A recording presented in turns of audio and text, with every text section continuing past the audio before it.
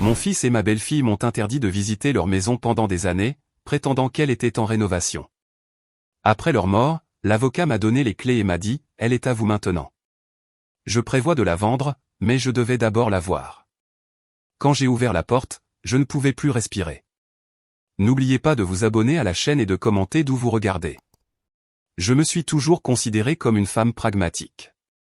À 63 ans, j'ai enterré un mari, élevé 2 enfants et appris que la vie offre rarement les fins parfaites que nous imaginons dans notre jeunesse. Alors, quand Martin Gérard, l'avocat de mon fils Éric, m'a appelé 3 jours après les funérailles pour discuter de questions urgentes concernant la succession, je m'attendais à de la paperasse, des formulaires à signer, des comptes à régler, les suites banales d'une tragédie. Ce à quoi je ne m'attendais pas, c'était des clés. Madame May, dit Martin à travers son bureau en acajou, en faisant glisser une seule clé en laiton vers moi. Ceci est pour la propriété côtière dans le comté de Mendocino. Votre fils et votre belle-fille voulaient que vous l'ayez. Je fixai la clé comme si elle pouvait me mordre. Cette maison, mais je ne l'ai même jamais vue. J'en suis conscient. L'expression de Martin était soigneusement neutre.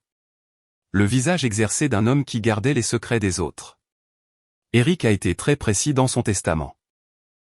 La propriété vous est transférée immédiatement avec une discrétion totale sur son utilisation ou sa vente. Pourquoi me laisserait-il une maison qu'ils ne m'ont jamais laissé visiter? Les mots sont sortis plus brusquement que je ne le voulais. 5 ans d'excuses chaque fois que je mentionnais vouloir voir leur retraite côtière. Elle est en rénovation, maman. La route est impraticable. On fait remplacer la fosse septique. Ce n'est pas sûr pour toi. Toujours quelque chose. Toujours une raison pour me tenir à l'écart.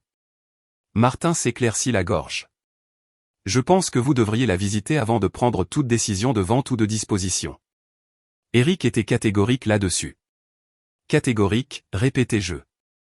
Mon fils avait été catégorique sur beaucoup de choses, surtout ces dernières années. Catégorique sur le fait que je ne devais pas m'inquiéter de la raison pour laquelle ils avaient cessé de célébrer les fêtes avec la famille. Catégorique sur le fait que leur travail était trop compliqué à expliquer. Catégorique sur le fait que la maison côtière était interdite d'accès.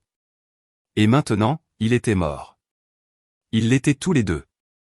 Éric et Rebecca, perdus dans un accident de bateau au large de la côte de Mendocino. Leur corps retrouvé à 3 miles du rivage.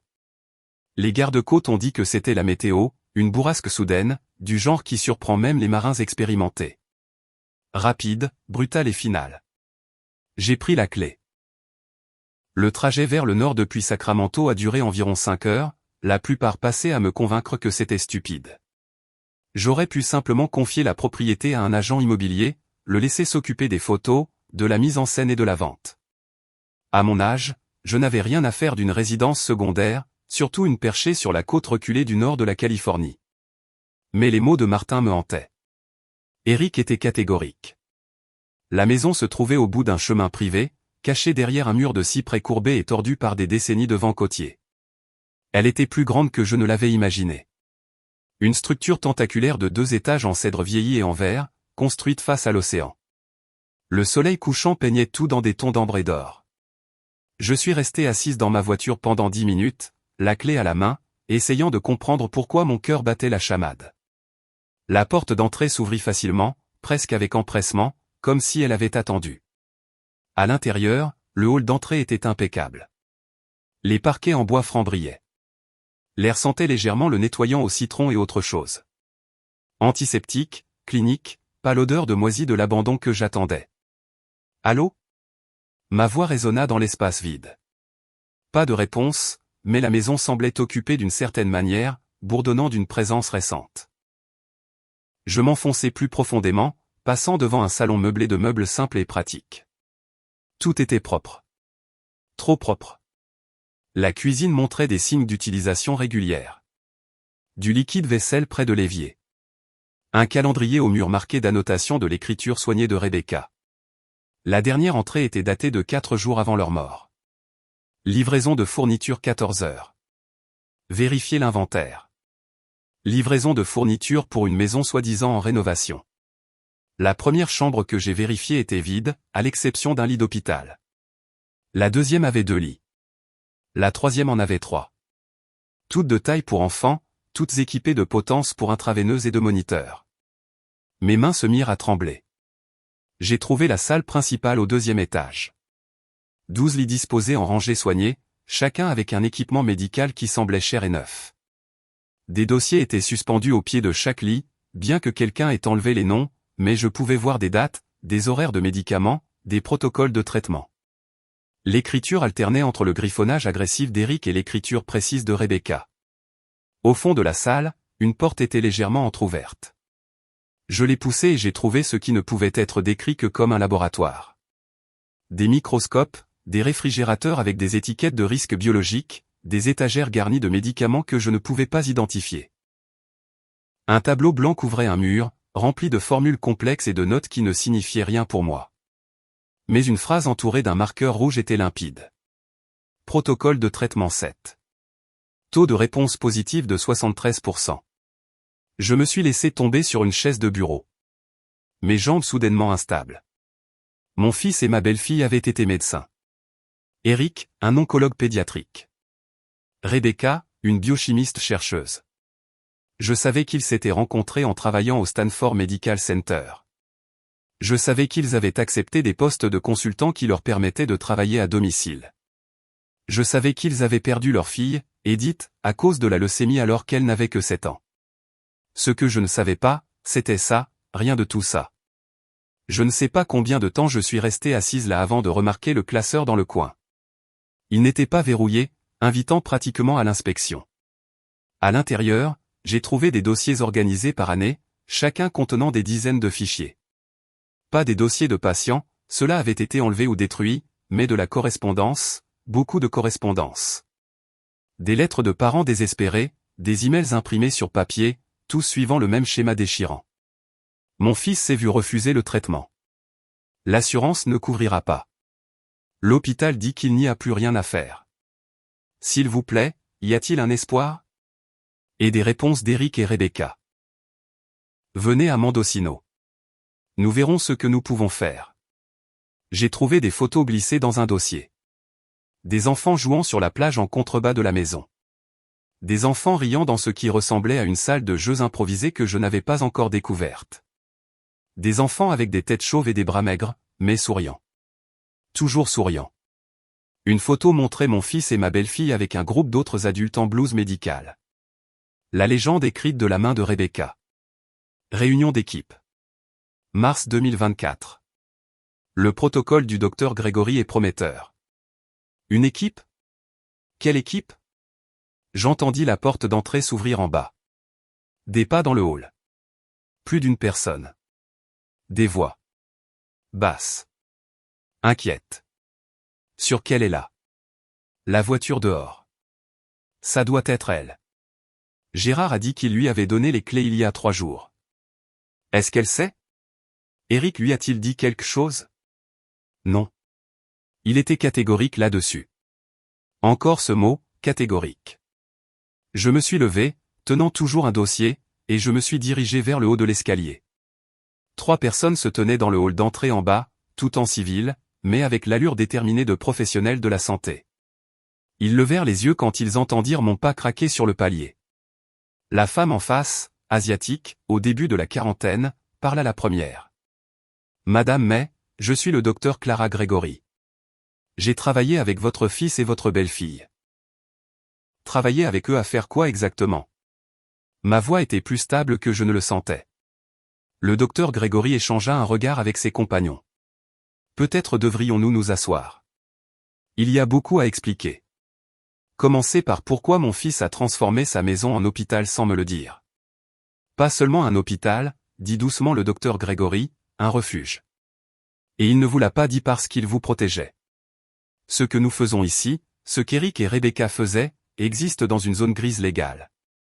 La FDA ne reconnaît pas nos protocoles de traitement. L'establishment médical considère nos méthodes comme expérimentales au mieux, dangereuses au pire. Si les autorités découvraient cette installation, si les mauvaises personnes commençaient à poser des questions. Elle s'interrompit. Mais je compris l'implication. Mon fils enfreignait la loi. Votre fils sauvait la vie d'enfants, dit fermement l'un des hommes. Il était plus âgé, peut-être de mon âge, avec des cheveux poivre et sel et des yeux intenses. Je suis le docteur James Morrison, oncologue à la retraite. Je suis bénévole ici depuis 2 ans.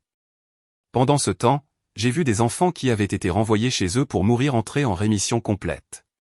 Taux de réponse positive de 73%, dis-je, me souvenant du tableau blanc. Qu'est-ce que ça veut dire? Cela signifie, dit prudemment le docteur Gregory, que près des 3/4 des enfants qui viennent ici montrent une amélioration significative. Certains obtiennent une rémission partielle. Certains obtiennent une rémission complète. Certains gagnent simplement des mois ou des années de bonne qualité de vie qu'ils n'auraient pas eu autrement.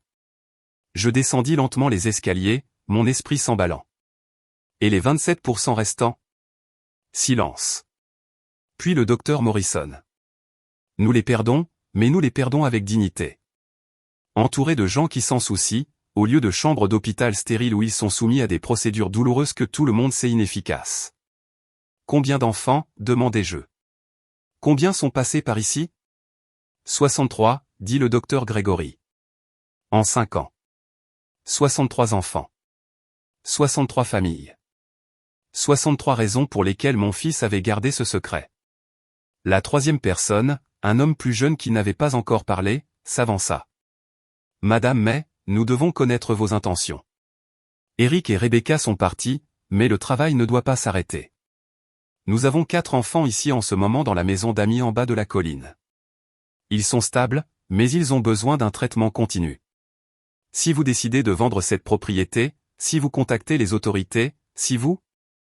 Il y a des enfants ici maintenant? Je sentis la pièce vaciller légèrement. Dans la maison d'amis, répéta le docteur Gregory. Nous les avons déplacés quand nous avons appris l'accident. Nous ne pouvions pas risquer qu'ils soient découverts si les autorités venaient enquêter. Je dois les voir, m'entendis-je dire. Le docteur Gregory hocha lentement la tête. D'accord, mais Madame May. Elisabeth, vous devez comprendre dans quoi vous vous engagez. Il ne s'agit plus seulement d'une maison.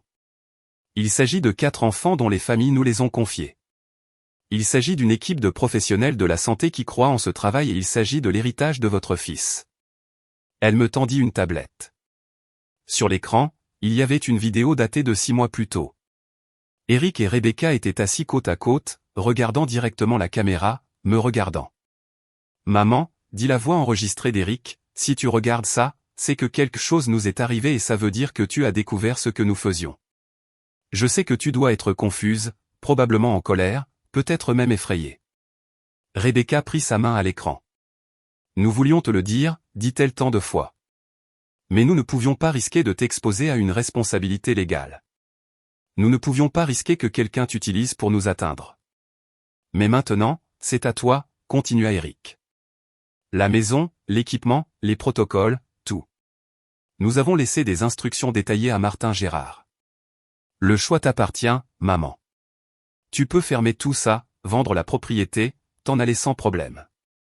Personne ne t'en voudrait. Son expression changea, s'adoucit. Ou tu peux continuer ce que nous avons commencé. Le docteur Gregory et l'équipe t'aideront. Les familles te soutiendront. Mais je ne vais pas mentir. C'est dangereux. Ce que nous faisons défie des institutions puissantes. Ça menace les profits des compagnies pharmaceutiques. Ça expose les échecs de notre système de santé. Rebecca se pencha en avant. Il y a autre chose que tu dois savoir, Elisabeth. Quelque chose que nous ne t'avons jamais dit à propos d'Edith. Mon souffle se coupa. Leur fille. Ma petite fille. L'hôpital a renvoyé Edith à la maison pour mourir, dit Rebecca, sa voix se brisant légèrement. Ils ont dit qu'il n'y avait plus rien à faire. Elle avait 3 semaines, peut-être 4. Mais Eric et moi ne pouvions pas accepter ça. Nous avons commencé à rechercher des protocoles alternatifs, des traitements expérimentaux. Nous avons trouvé quelque chose. Et Edith, notre Edith, elle a vécu 18 mois de plus. De bons mois, des mois heureux. Elle n'est pas morte du cancer, dit tranquillement Eric. Elle est morte de complications liées à une infection qu'elle a attrapée à l'hôpital lors d'une visite de suivi. Une infection qui n'aurait pas été là si nous avions pu la traiter à la maison avec notre protocole. Au lieu de nous faufiler autour des restrictions de l'establishment médical. L'écran montrait Eric essuyant des larmes de son visage. C'est à ce moment-là que nous avons décidé, plus jamais ça. Plus aucun enfant ne serait renvoyé à la maison pour mourir si nous pouvions les aider. Plus aucune famille ne se verrait dire qu'il n'y a pas d'espoir quand il pourrait y en avoir. Rebecca regarda directement la caméra, moi. Cette maison est l'héritage d'Edith. Chaque enfant qui franchit ses portes, chaque famille qui trouve de l'espoir ici, c'est tout grâce à elle. Parce que nous l'aimions, parce que nous n'avons pas pu la sauver. Mais nous pouvons en sauver d'autres.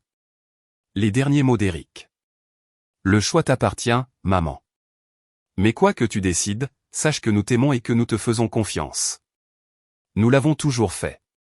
La vidéo se termina. Je levai les yeux vers le docteur Gregory et ses collègues. De quel niveau de danger parlons-nous? Considérable, dit sèchement le docteur Morrison. Le conseil médical de l'État nous fermerait immédiatement s'il le savait. La DEA pourrait enquêter sur la manière dont nous nous approvisionnons en certains médicaments. L'IRS se demanderait pourquoi une propriété résidentielle dispose d'un équipement de qualité médicale. Et ce ne sont que les canaux officiels. Il y a aussi, ajouta prudemment le docteur Gregory, des compagnies pharmaceutiques qui préféreraient que nos réussites restent discrètes. Des compagnies d'assurance qui ne veulent pas que les familles exigent des traitements que nous avons prouvés efficaces. D'autres institutions médicales qui nous voient comme des concurrents ou des charlatans. Mais les enfants, dit le jeune homme, les enfants sont réels. Leurs rémissions sont réelles. L'espoir que nous donnons aux familles, c'est réel aussi. Je me suis dirigé vers la fenêtre et j'ai regardé l'océan Pacifique, qui s'assombrissait maintenant que la nuit tombait. Quelque part en bas de cette colline se trouvaient 4 enfants qui avaient besoin d'aide. 4 familles qui n'avaient nulle part où aller. J'ai pensé à Edith, à tenir sa petite main lors de son dernier séjour à l'hôpital, à la regarder s'éteindre, impuissante, au visage d'Eric à ses funérailles. Pas seulement du chagrin, mais de la rage. Une rage impuissante et brûlante contre un système qui avait laissé tomber sa fille. Il avait transformé cette rage en but, en ceci. Je me suis retourné pour faire face aux 3 médecins. Que dois-je faire? Les épaules du docteur Gregory s'affaissèrent de soulagement. D'abord, rencontrer les enfants et leurs familles. Ensuite, nous vous montrerons comment tout fonctionne.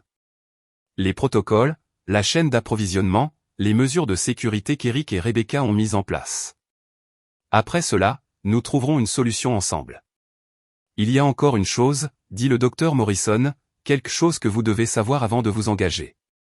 3 jours après la mort d'Eric et Rebecca, quelqu'un a appelé cette maison. Ils ont dit qu'ils étaient du département de la santé publique de Californie, enquêtant sur des rapports d'activité médicale non autorisés à cette adresse. Mon estomac se noie. Qu'est-ce que vous leur avez dit? Rien. Nous n'avons pas répondu. Mais Madame May, Elisabeth, cet appel suggère que quelqu'un sait pour cet endroit. Quelqu'un pose des questions.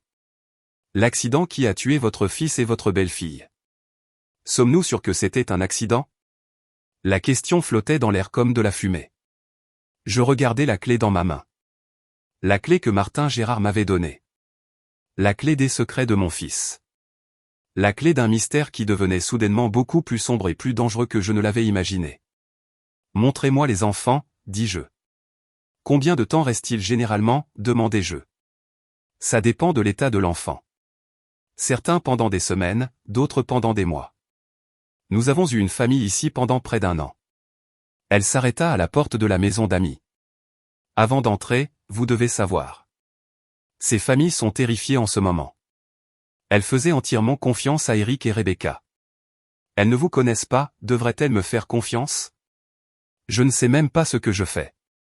Le docteur Gregory se tourna vers moi. Vous êtes la mère d'Eric. Ça compte pour quelque chose. Mais plus important encore, vous êtes venu ici. Vous ne vous êtes pas enfui quand vous avez vu ce qu'il avait construit. Ça compte pour tout. À l'intérieur, la maison d'amis était chaude et doucement éclairée. Une femme d'une 30aine d'années se tenait dans la cuisine, préparant du thé. Elle leva les yeux quand nous sommes entrés, ses yeux rouges de larmes. Voici Elisabeth May, dit doucement le docteur Gregory. La mère d'Eric. La femme posa la bouilloire avec des mains tremblantes. Madame May, je suis Julie Reeves. Ma fille Maxine est. Eric et Rebecca étaient. Elle ne put finir. Je traversai la pièce et pris ses mains. Montrez-moi votre fille. Maxine avait 7 ans, le même âge qu'Edith. Elle était allongée dans un lit d'hôpital dans ce qui avait été converti en chambre, mais les murs étaient peints de fresques de scènes sous-marines. Des dauphins, des tortues de mer et des récifs coralliens. Une ligne intraveineuse était reliée à son bras mince, mais ses yeux étaient vifs quand elle nous vit. « Êtes-vous la maman du docteur Eric ?» demanda-t-elle d'une petite voix. « Oui. Il m'a montré des photos de vous. Il a dit que vous faisiez les meilleurs biscuits aux pépites de chocolat du monde. » Ma gorge se serra. Il était partial. « Mais je vous en ferai si vous voulez. Puis-je avoir des pépites de chocolat même si je vomis ? » Vous pouvez avoir tout ce que vous voulez, dis-je, m'asseyant prudemment sur le bord de son lit. Maxine sourit. Le docteur Eric disait ça aussi. Julie se tenait dans l'embrasure de la porte, nous regardant. Maxine a été diagnostiquée avec une leucémie lymphoblastique aiguë il y a 18 mois. Elle a suivi le traitement standard, chimio, radiothérapie, tout. Ça a marché pendant un certain temps, puis c'est revenu plus agressif. L'hôpital a dit qu'il n'y avait plus rien à faire. Ils ont suggéré les soins palliatifs. Comment avez-vous trouvé Eric et Rebecca ? Un groupe de soutien pour les parents. Quelqu'un les a mentionnés très discrètement. A dit qu'il y avait un endroit où les enfants allaient et parfois ils allaient mieux. Je n'y ai pas cru au début, mais nous étions désespérés. Depuis combien de temps Maxine est-elle ici ? 3 mois. Quand elle est arrivée, elle ne pouvait pas marcher, ne pouvait pas garder la nourriture. Le cancer était partout.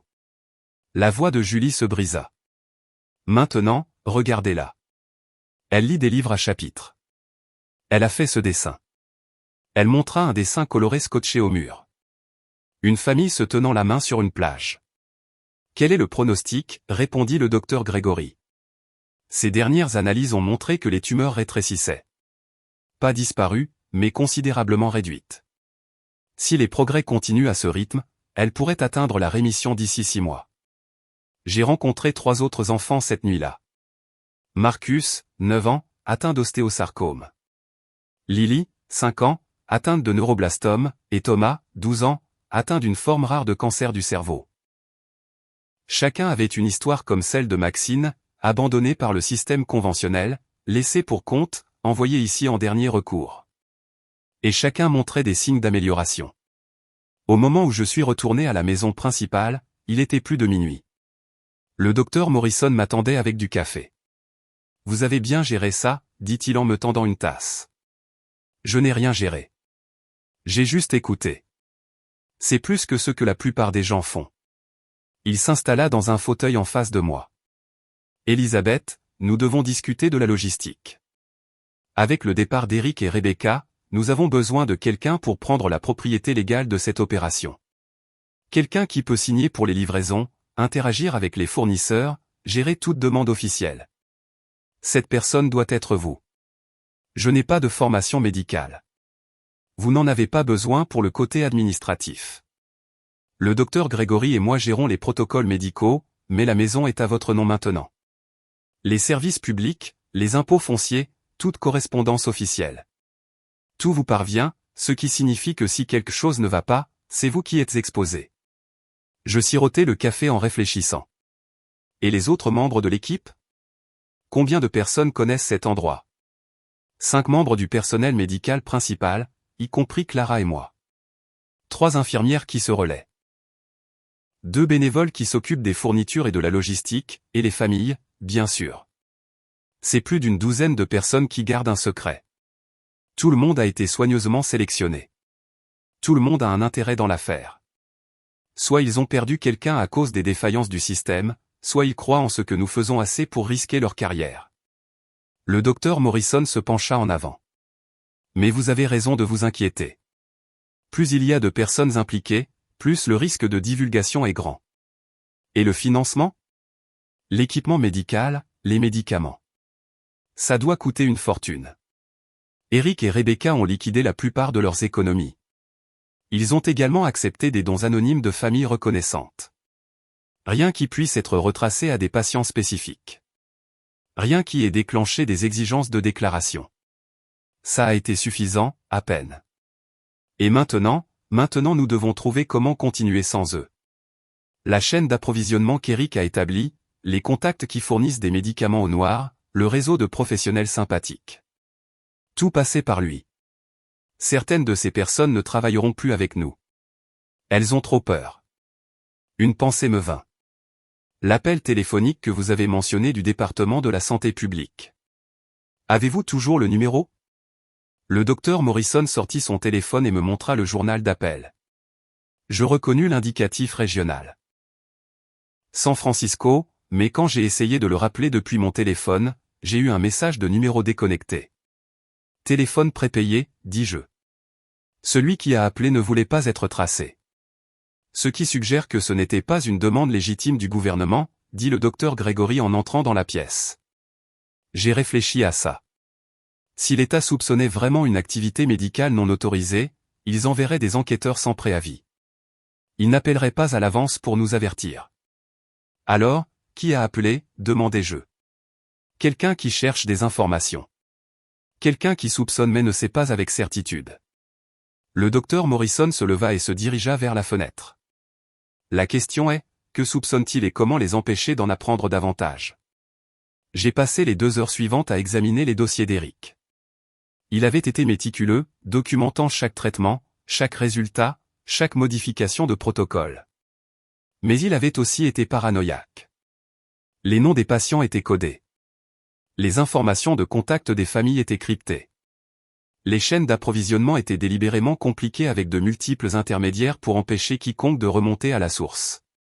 Ce que j'ai trouvé de plus troublant était un dossier séparé intitulé « Incident ». À l'intérieur se trouvaient des rapports sur 3 occasions où des personnes s'étaient présentées sans préavis à la propriété. Une fois, un homme prétendant être un représentant pharmaceutique. Une fois, une femme disant qu'elle était du département de la santé du comté. Une fois, quelqu'un qui prétendait être un journaliste écrivant sur la médecine alternative. Chaque fois, Eric et Rebecca les avaient renvoyés, affirmant que la propriété était une résidence privée sans activité médicale. Chaque fois, la personne était partie, mais avait été vue plus tard en train de photographier la maison depuis la route. L'incident le plus récent datait de 2 mois avant leur mort. J'ai appelé Martin Gérard à 7 heures du matin, le réveillant. « Elisabeth, est-ce que tout va bien? » « Non. J'ai besoin de tout savoir sur la mort de mon fils. Le rapport d'accident, l'enquête des gardes-côtes, tout. » Une pause. « Pourquoi? » « Parce que je ne pense pas que c'était un accident. » Une autre pause. Plus longue. « Je vous enverrai les fichiers. Mais Elisabeth, faites attention aux conclusions que vous tirez. Parfois, les tragédies ne sont que des tragédies. Et parfois non. Les fichiers sont arrivés dans mon email 1 heure plus tard. Je les ai lus pendant le petit déjeuner tandis que le docteur Gregory préparait les schémas de médication pour les enfants. Selon le rapport des gardes-côtes, Eric et Rebecca avaient sorti leur voilier malgré les avertissements pour petites embarcations. Le temps s'était rapidement détérioré. Au moment où d'autres bateaux dans la région ont remarqué qu'ils étaient en difficulté, il était trop tard. Le bateau a chaviré. Les 2 corps ont été retrouvés portant des gilets de sauvetage, mais la température de l'eau et les conditions se sont avérées fatales. Cela ressemblait à un accident simple. Des marins expérimentés faisant une mauvaise évaluation. Sauf qu'Eric détestait la voile. Il me l'avait dit il y a des années après un incident d'enfance où il avait failli se noyer. Il n'avait acheté le bateau que parce que Rebecca aimait l'eau. Il ne sortait jamais à moins que les conditions ne soient parfaites. Et il n'ignorait jamais les avertissements météorologiques. J'ai appelé le poste des gardes-côtes. Je suis Elisabeth May. Mon fils, Eric May, est décédé dans un accident de bateau il y a environ 10 jours au large de la côte de Mendocino. J'aimerais parler à la personne qui a mené l'enquête. Un instant, s'il vous plaît. 5 minutes plus tard, une voix de femme. Madame May, ici la lieutenant-commandante Jessica Walsh. J'ai dirigé l'enquête. Je suis vraiment désolé pour votre perte. Merci. J'ai des questions sur les circonstances. Bien sûr. Que voudriez-vous savoir? Le rapport dit qu'ils sont sortis malgré les avertissements pour petites embarcations. Y avait-il une indication qu'ils étaient des marins expérimentés? Le bateau était bien entretenu. Les 2 victimes portaient un équipement de sécurité approprié. Tout suggérait qu'ils savaient ce qu'ils faisaient. Ils ont juste fait une mauvaise évaluation de la météo. Avez-vous trouvé quelque chose d'inhabituel? Quelque chose qui ne correspondait pas? Une légère hésitation. Pourquoi demandez-vous? Parce que mon fils avait une peur bleue de naviguer par gros temps. Il ne serait jamais sorti dans ces conditions volontairement. Silence sur la ligne. Puis, prudemment, Madame May, suggérez-vous autre chose qu'une mort accidentelle? Je demande si vous l'avez envisagé. Nous n'avons trouvé aucune preuve d'acte criminel. Aucun signe de lutte, aucun traumatisme incompatible avec la noyade. Le bateau ne montrait aucun signe de sabotage ou de défaillance mécanique. Mais vous avez cherché ces choses. Procédure standard. Nous le faisons toujours. Et vous n'avez rien trouvé. Une autre pause. Il y avait une chose. Probablement rien, mais les deux victimes avaient des ecchymoses aux poignets et aux chevilles compatibles avec une corde ou des liens, mais cela aurait pu provenir du gréement, du fait d'être projeté dans le bateau par mer agitée. Sans autre preuve, ce n'était pas suffisant pour être classé comme suspect. Mes mains devinrent froides. Avez-vous inclus cela dans votre rapport? C'est dans le rapport d'expertise médico-légale détaillé. Oui. Pas dans le résumé. Pourquoi pas? Parce que, pris isolément, ça ne veut rien dire. Et je ne voulais pas causer de détresse inutile à la famille avec des spéculations. Je veux voir ce rapport d'expertise médico-légale. C'est un document public. Vous avez le droit de le demander. Je l'ai remercié et j'ai raccroché. Le docteur Grégory me regardait de l'autre côté de la cuisine. Qu'avez-vous trouvé? Demanda-t-elle. Des ecchymoses, compatibles avec des liens. Bon sang. Il y a plus. J'ai ouvert le calendrier d'Éric sur son ordinateur portable. Martin m'avait donné les mots de passe. 3 jours avant leur mort, Éric avait un rendez-vous prévu. Il était juste écrit « Réunion SF » avec une heure. Pas d'autres détails. San Francisco. C'est de là que venait le mystérieux appel téléphonique. Exactement. J'ai continué à faire défiler et regarder ça. 2 semaines avant, Rebecca a envoyé un email à quelqu'un. L'adresse n'est qu'une chaîne de chiffres disant « Nous devons discuter de votre offre ». Pas à l'aise de continuer. Quelqu'un a répondu « Le temps presse ». D'autres sont intéressés. Le docteur Morrison est apparu dans l'embrasure de la porte. Elisabeth, nous avons un problème. Un de nos fournisseurs de médicaments vient d'appeler. Il ne livrera plus. Il dit que c'est trop risqué avec le départ d'Éric. Quel médicament? Le composé principal de notre protocole de traitement. Sans lui, nous ne pouvons pas continuer la thérapie pour aucun des enfants. Combien de temps avons-nous? L'approvisionnement actuel durera peut-être 2 semaines. Après ça. Il n'a pas fini. Le téléphone du docteur Grégory a vibré. Elle a regardé l'écran et est devenue pâle. Elisabeth, vous devez voir ça.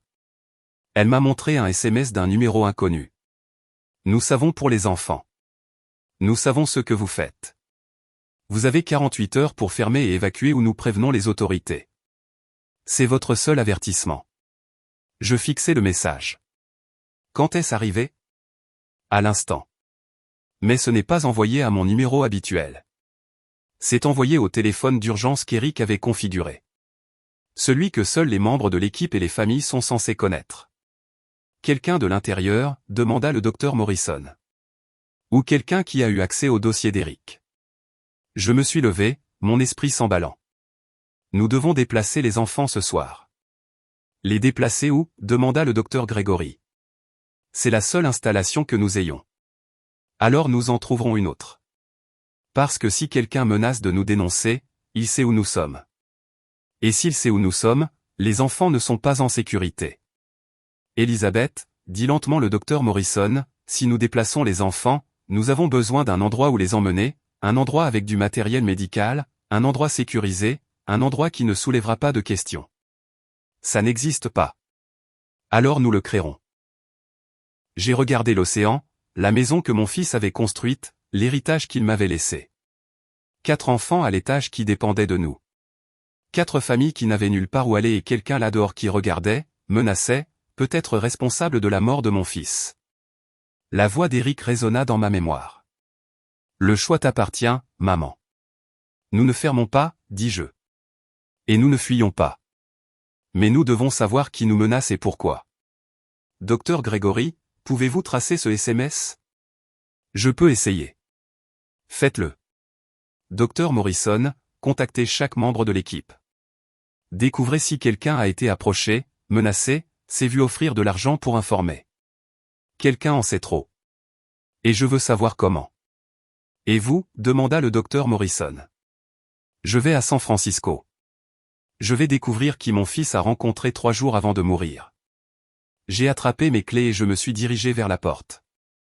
Derrière moi, le docteur Gregory a appelé, « Elisabeth, attendez.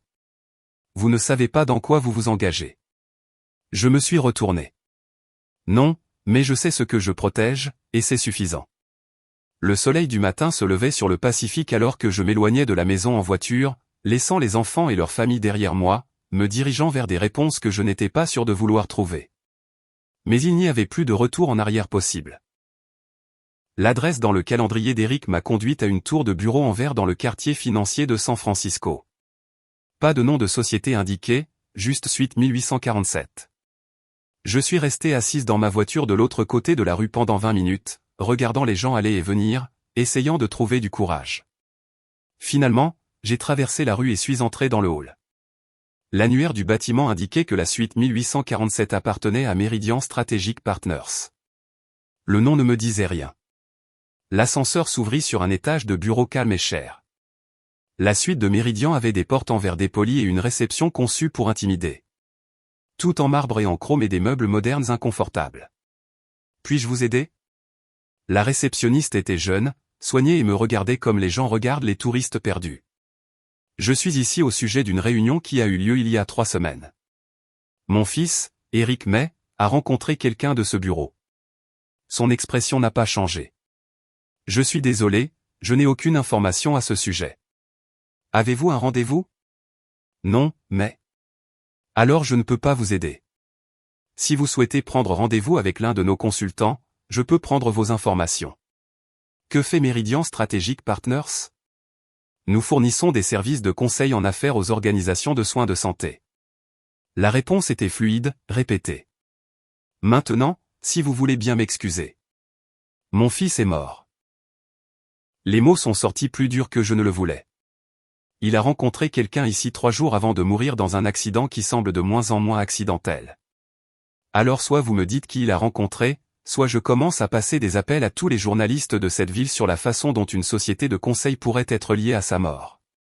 Le masque professionnel de la réceptionniste a glissé un instant. Veuillez patienter ici.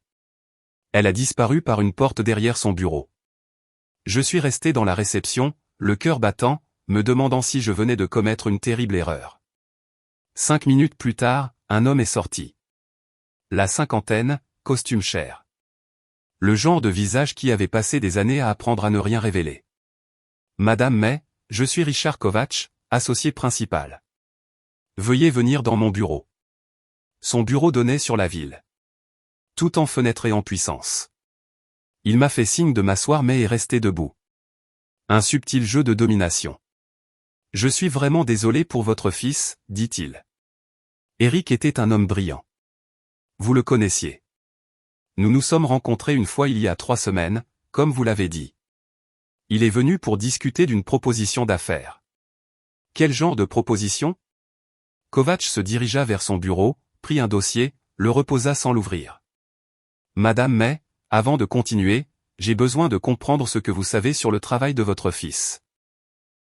Je sais qu'il traitait des enfants atteints de cancer. Je sais qu'il le faisait en dehors des canaux officiels, et je sais que quelqu'un menace de dénoncer l'opération. Les sourcils de Kovacs se haussèrent légèrement.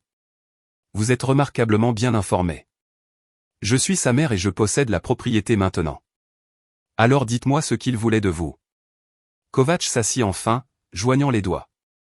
Eric est venu nous voir parce que Meridian se spécialise dans l'introduction de traitements médicaux expérimentaux dans les circuits traditionnels.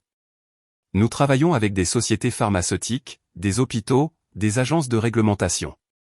Nous naviguons dans le processus d'approbation de la FDA, nous obtenons des financements, nous gérons des essais cliniques. Eric voulait légitimer son protocole de traitement. Il voulait le rendre public. Pas exactement. Il voulait une protection. Il savait que ce qu'il faisait était légalement discutable, mais il croyait que son traitement fonctionnait. Il voulait notre aide pour le faire approuver afin de pouvoir continuer à traiter les enfants sans crainte de poursuite. Que lui avez-vous dit? Je lui ai dit que ce serait cher et long. Les essais cliniques seuls coûteraient des millions et prendraient des années. Le processus de la FDA est délibérément lent. Pendant ce temps, il devrait cesser de traiter les patients ou risquer des accusations criminelles si nous rendions publiques ses activités passées et que les autorités commençaient à enquêter. Il a dû détester ça. Il l'a fait. Il a dit que des enfants mouraient pendant que nous remuions de la paperasse. Que notre système privilégiait le profit à la vie. Kovacs sourit finement. Il n'avait pas tort. Alors pourquoi me dites-vous cela? Parce que je veux vous faire la même offre.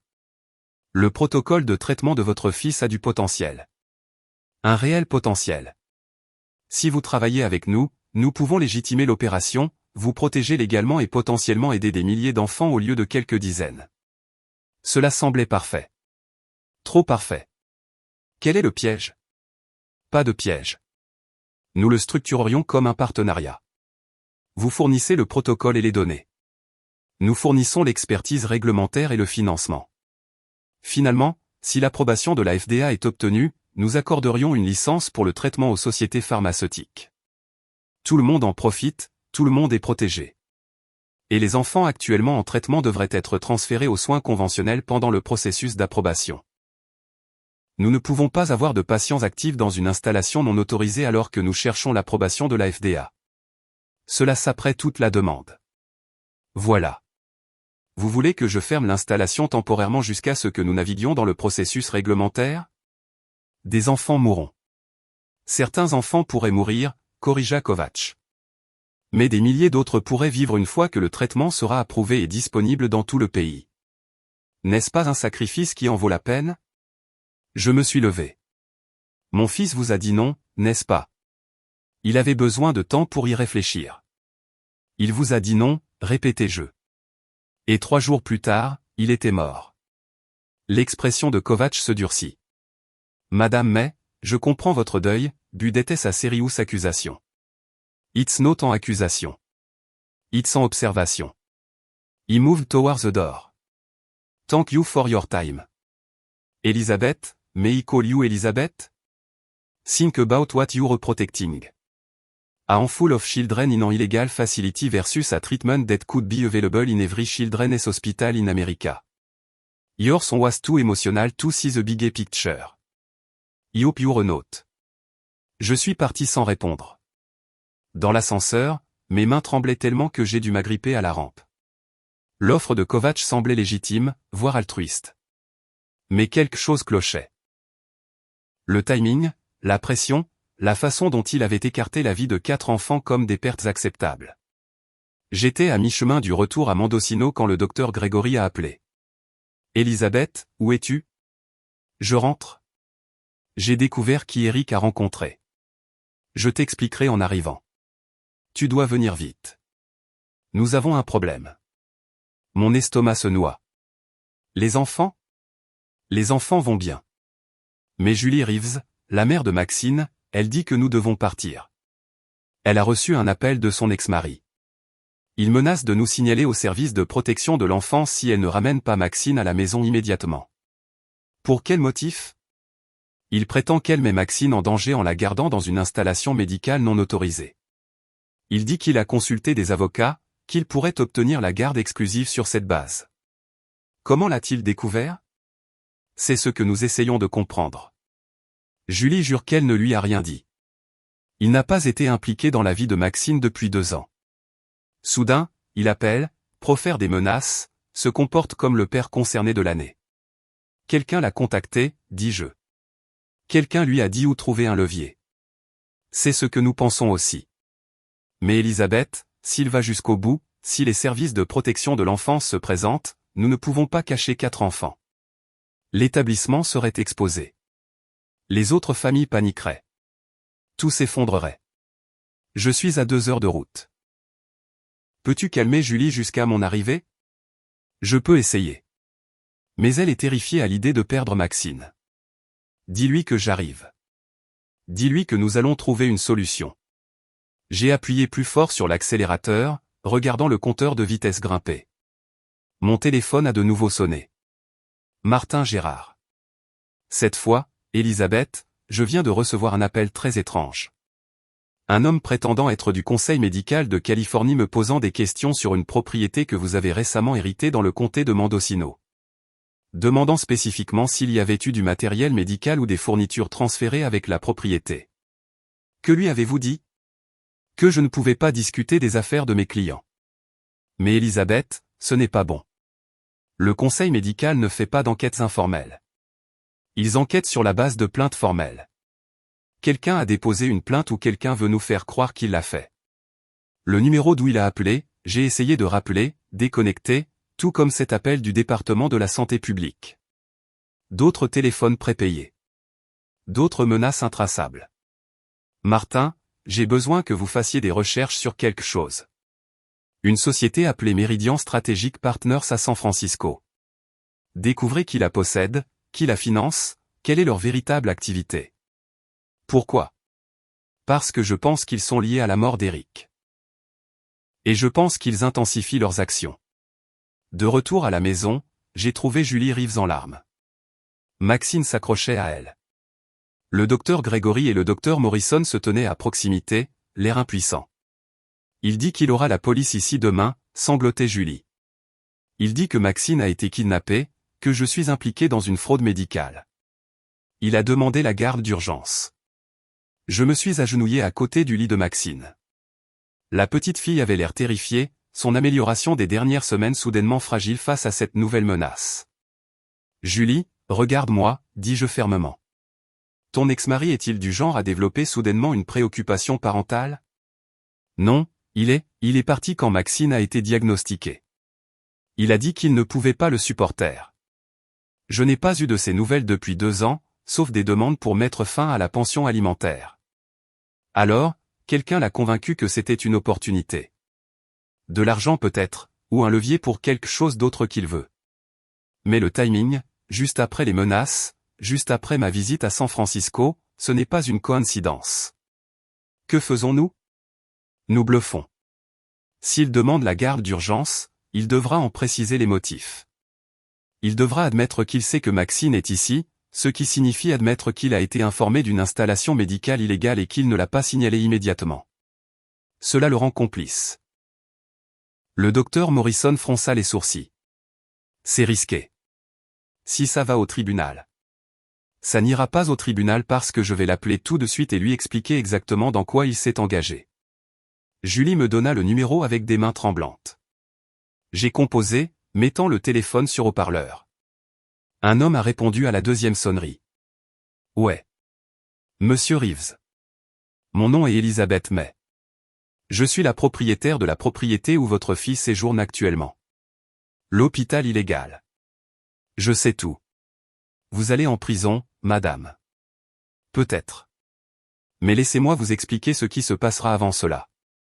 Lorsque vous déposerez votre demande de garde, vous devrez fournir des preuves de l'emplacement de Maxine. Ces preuves vous ont été données par quelqu'un. Appelons-le un tiers. Votre avocat devra divulguer comment vous avez obtenu ces informations. Ont-elles été obtenues légalement? Ce tiers peut-il témoigner sans s'incriminer? Avez-vous envisagé que vous pourriez faire partie d'un complot visant à exposer une installation médicale, ce qui pourrait vous rendre pénalement responsable? Silence.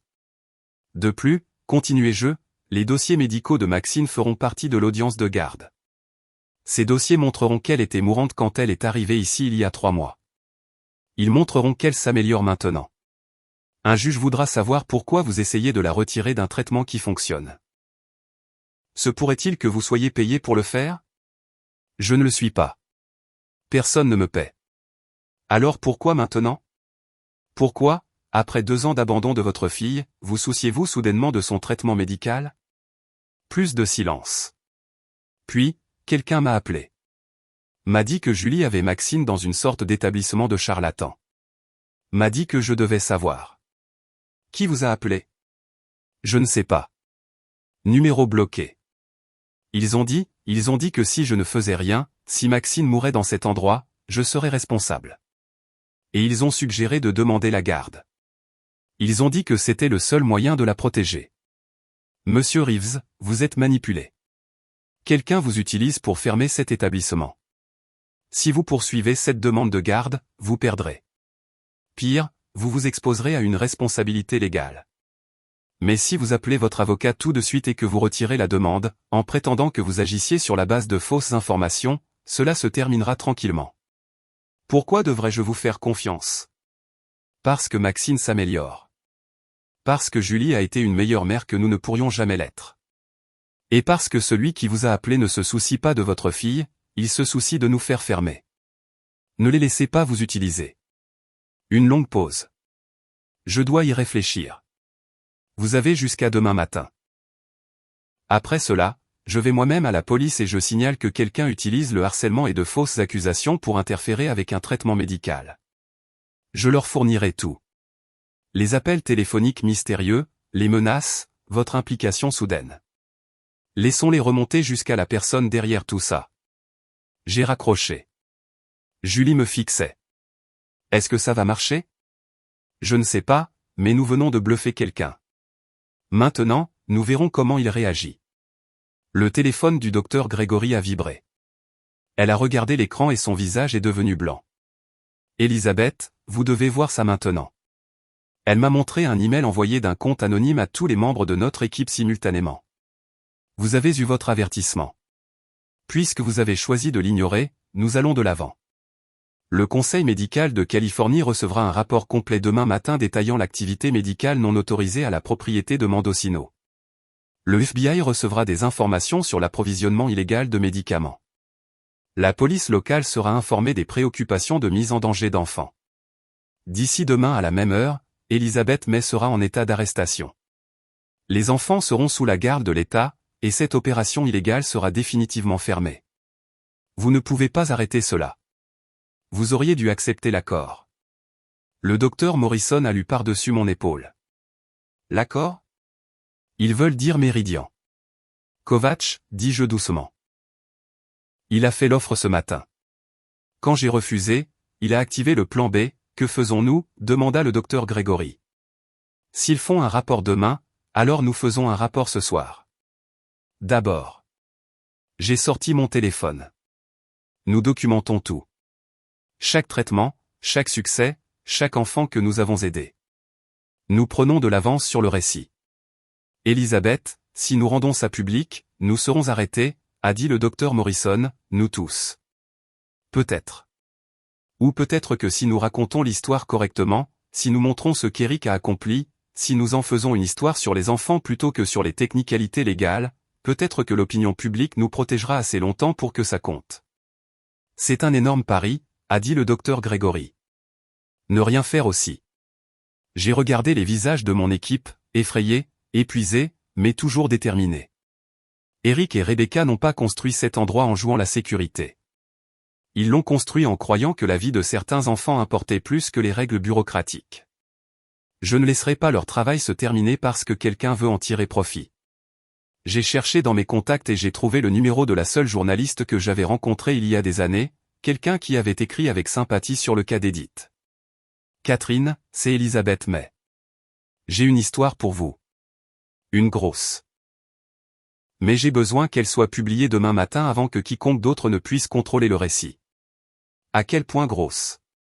Assez grosse pour changer la façon dont nous traitons le cancer infantile dans ce pays. Assez grosse pour que des gens essaient de vous empêcher de la publier. Êtes-vous intéressé? Une pause. Je vous écoute. Bien, parce que je suis sur le point de vous parler d'un hôpital secret dirigé par 2 médecins morts dans des circonstances suspectes qui a sauvé la vie d'enfants pendant 5 ans pendant que les compagnies pharmaceutiques et les agences fédérales regardaient ailleurs. J'ai parlé pendant 1 heure, exposant tout. Quand j'ai fini, Catherine est restée silencieuse un long moment. Elisabeth, si je publie ça, vous serez arrêtée. Je sais. Vous pourriez tout perdre. J'ai déjà perdu mon fils. Je ne perdrai pas son héritage aussi. D'accord, envoyez-moi tout ce que vous avez. Je l'aurai prêt pour le matin. J'ai raccroché et j'ai regardé le docteur Grégory et le docteur Morrison. Demain, tout change.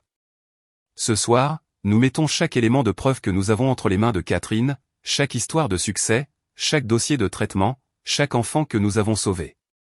S'ils veulent nous fermer, ils le feront devant le monde entier. Et les enfants? demanda doucement Julie, qu'est-ce qui leur arrive? J'ai regardé Maxine, dormant paisiblement dans son lit, sa mère lui tenant la main. Ça, dis-je, ça dépend de ce que le monde décidera que nous méritons. L'article de Catherine a été mis en ligne à 6 heures du matin sur le site du San Francisco Chronicle. Le titre, un hôpital secret a sauvé des enfants mourant alors que le système les abandonnait. Puis ses fondateurs sont morts mystérieusement. À 7 heures, mon téléphone sonnait sans arrêt. Le premier appel venait de Martin Gérard. Elisabeth, qu'as-tu fait? Ce que je devais faire. L'as-tu lu? Tout le monde le lit. C'est déjà en tendance sur les réseaux sociaux. Mais Elisabeth, tu t'es mise une cible dans le dos. Le conseil médical n'aura d'autre choix que d'enquêter maintenant. Le FBI, la DEA, ils viendront tous. Qu'ils viennent. Au moins maintenant le monde sait pourquoi. Le deuxième appel venait d'un numéro que je ne reconnaissais pas, Madame May, ici l'agent Torres du bureau de terrain du FBI de San Francisco. Nous devons vous parler d'allégations d'approvisionnement illégal de médicaments et de pratiques médicales non autorisées. Je serai heureuse de vous parler. Je n'ai rien à cacher. Nous envoyons des agents à la propriété de Mendocino ce matin. J'ai besoin que vous y restiez et que vous vous assuriez qu'aucune preuve ne soit détruite. La seule preuve ici, ce sont des enfants qui vont mieux. Venez voir par vous-même. J'ai raccroché et j'ai trouvé le docteur Gregory et le docteur Morrison dans la cuisine, tous deux regardant leur téléphone avec des expressions mêlées de terreur et d'étonnement. Nous sommes le deuxième sujet le plus discuté sur Twitter, a déclaré le docteur Gregory. Juste après un divorce de célébrité. Les gens nous appellent des héros. Ils nous appellent aussi des criminels.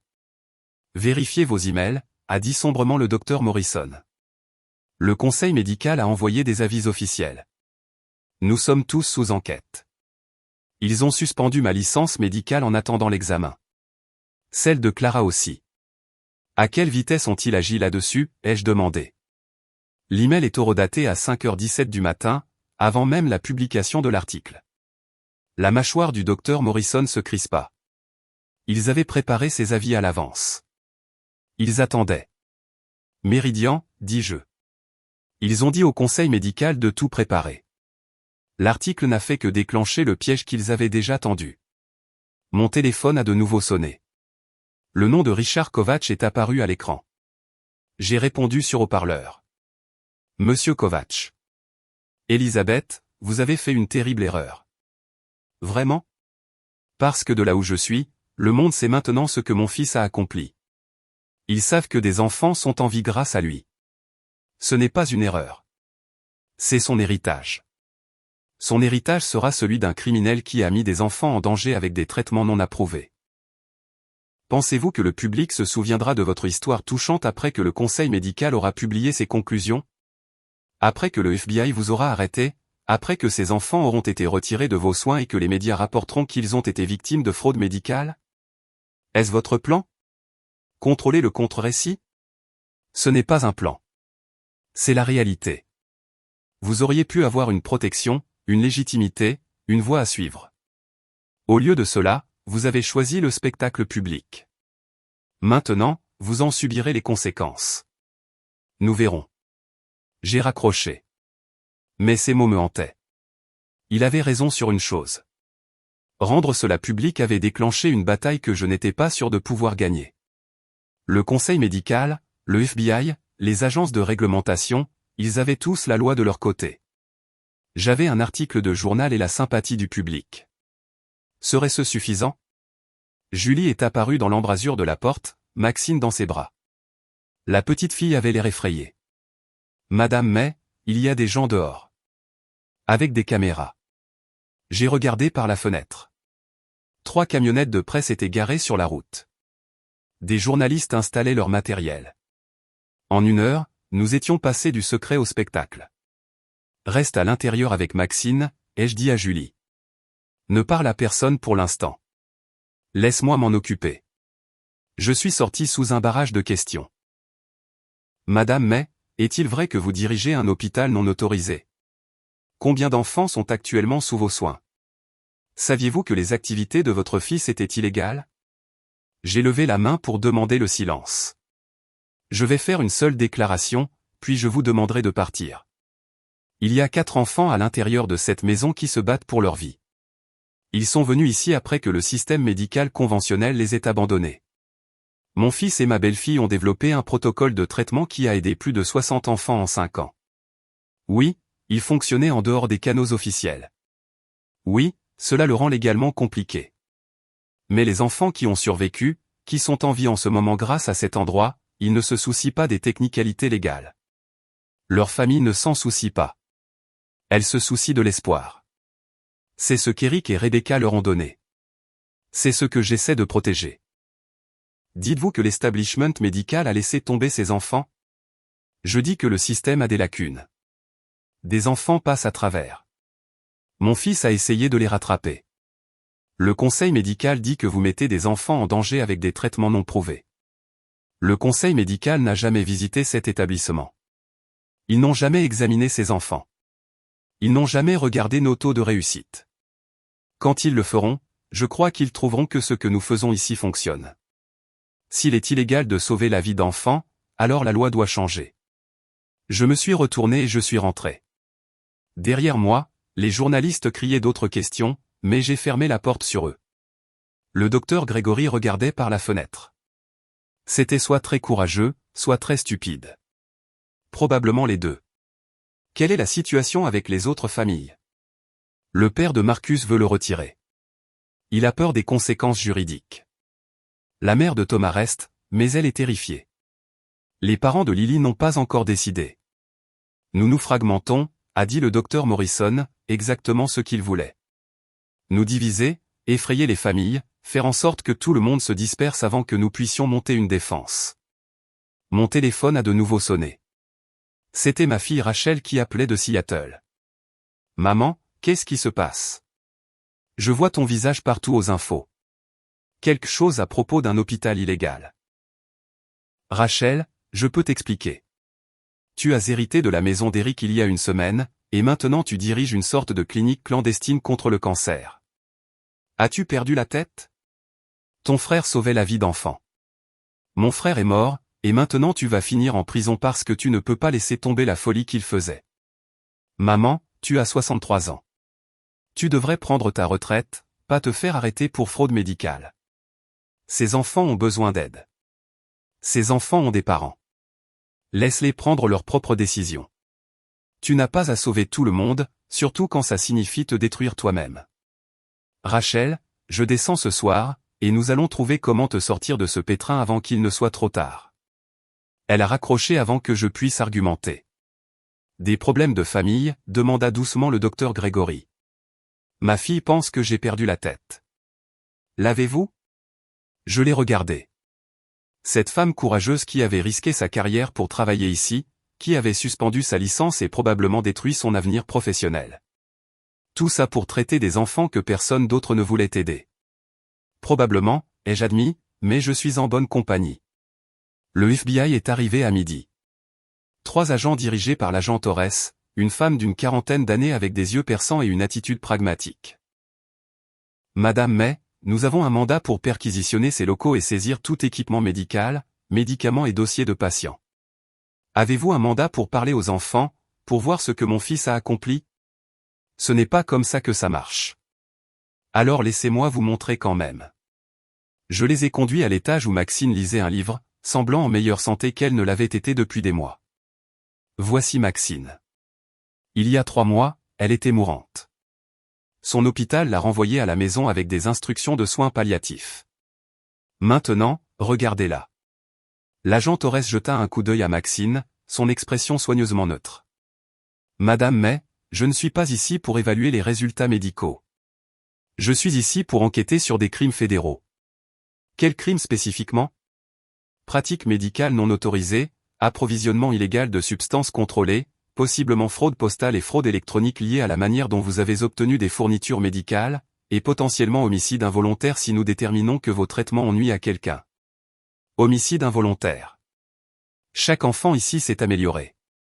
C'est aux experts médicaux de le déterminer, pas à vous. Elle fit un geste à ses collègues agents. Commencez à tout documenter. Je veux des photographies, du matériel, des numéros de série, un inventaire complet des médicaments.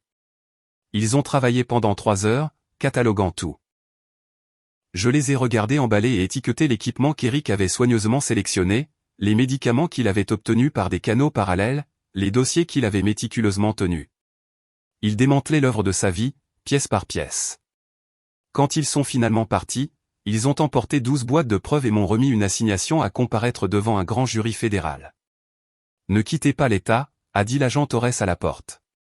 Et Madame May, prenez un avocat, un bon. Après leur départ, j'ai trouvé le docteur Morrison dans le bureau d'Eric, fixant les étagères vides où se trouvaient les dossiers. Ils ont tout pris, dit-il doucement. Toutes nos données, toutes nos preuves de ce qui fonctionne. Comment continuer le traitement sans accès à nos propres protocoles? Nous nous souvenons, dis-je, vous et le docteur Gregory connaissez ces traitements. Vous les avez administrés pendant des années. La connaissance est dans vos têtes, pas dans ces boîtes. Mais les médicaments, ils ont pris presque tout notre stock. Nous pouvons étirer ce qui est pré-préparé pendant environ 3 jours pour les enfants actuellement en traitement. Après ça, nous en trouverons d'autres. Nous contacterons les fournisseurs d'Eric. Nous utiliserons son réseau. Nous. Elisabeth, docteur, Morrison se tourna vers moi. Les fournisseurs d'Eric sont partis. J'ai essayé toute la journée. Ils ont tous peur, tous refusent de travailler avec nous maintenant que c'est public. Nous sommes seuls. La réalité de notre situation m'a frappé. Ensuite, nous avions des enfants qui dépendaient de nous, mais pas de médicaments. Nous avions des connaissances médicales, mais pas de licence pour pratiquer. Nous avions l'attention du public, mais cela nous transformait en cible plutôt qu'en héros. Mon téléphone a vibré avec un SMS d'un numéro inconnu. Vérifiez vos comptes bancaires. J'ai ouvert mon application bancaire et je me suis figé. Mes comptes avaient été gelés. Tous. Un avis expliquait, compte sous enquête pour blanchiment d'argent et fraude. Il coupe notre financement, dis-je à voix haute. Il s'assure que nous ne pouvons pas acheter de fournitures même si nous trouvions des fournisseurs. Le docteur Gregory est apparu dans l'embrasure de la porte. Elisabeth, le père de Marcus vient de le prendre, de faire ses valises et de partir. Il a dit qu'il ne pouvait pas risquer que les services de protection de l'enfance prennent la garde. Il ne peut pas risquer la responsabilité légale. Il nous a remerciés, mais il protège sa famille. Je comprends. Cela laisse 3 enfants. Et la mère de Thomas vient de me demander combien de temps nous pouvons garantir les médicaments. Je ne savais pas quoi lui dire. Je me suis dirigé vers la fenêtre qui donnait sur l'océan. En bas de la colline, je pouvais voir des journalistes toujours campés, attendant leur prochain article. Quelque part là dehors, Richard Kovacs regardait cela se dérouler, probablement satisfait de la rapidité avec laquelle nous nous effondrions. Derrière moi, mon téléphone a de nouveau sonné. Rachel, cette fois. Maman, j'ai parlé à des avocats. Ils disent que tu dois arrêter ça immédiatement, coopérer pleinement avec les enquêteurs et te distancer de tout ce qu'Eric faisait. Si tu fais ça, il pourrait réduire les charges. Tu pourrais éviter la prison. Et les enfants? Les enfants ne sont pas ta responsabilité. Leurs parents peuvent les emmener dans de vrais hôpitaux où ils seront renvoyés chez eux pour mourir, comme avant. Peut-être, mais ce n'est pas à toi de faire ce choix. Maman, s'il te plaît. Je ne peux pas te perdre aussi. Pas après Eric. S'il te plaît, laisse tomber. J'ai fermé les yeux. Ma fille avait raison. Cela me détruisait. Mes comptes étaient gelés. Ma liberté était menacée. Et je risquais tout pour des enfants que je connaissais depuis moins d'1 semaine. Mais je continuais à voir le visage de Maxine. La façon dont elle souriait quand elle parlait de ses dessins. L'espoir dans les yeux de Julie quand elle regardait sa fille et voyait un avenir au lieu d'une fin. Je ne peux pas, ai-je dit à Rachel. Je suis désolé, mais je ne peux pas, alors tu es seule. Je ne vais pas te regarder gâcher ta vie pour ça. Elle a raccroché. Le docteur Gregory a posé une main sur mon épaule. Elle reviendra. Peut-être. Ou peut-être qu'elle a raison et que je suis stupide.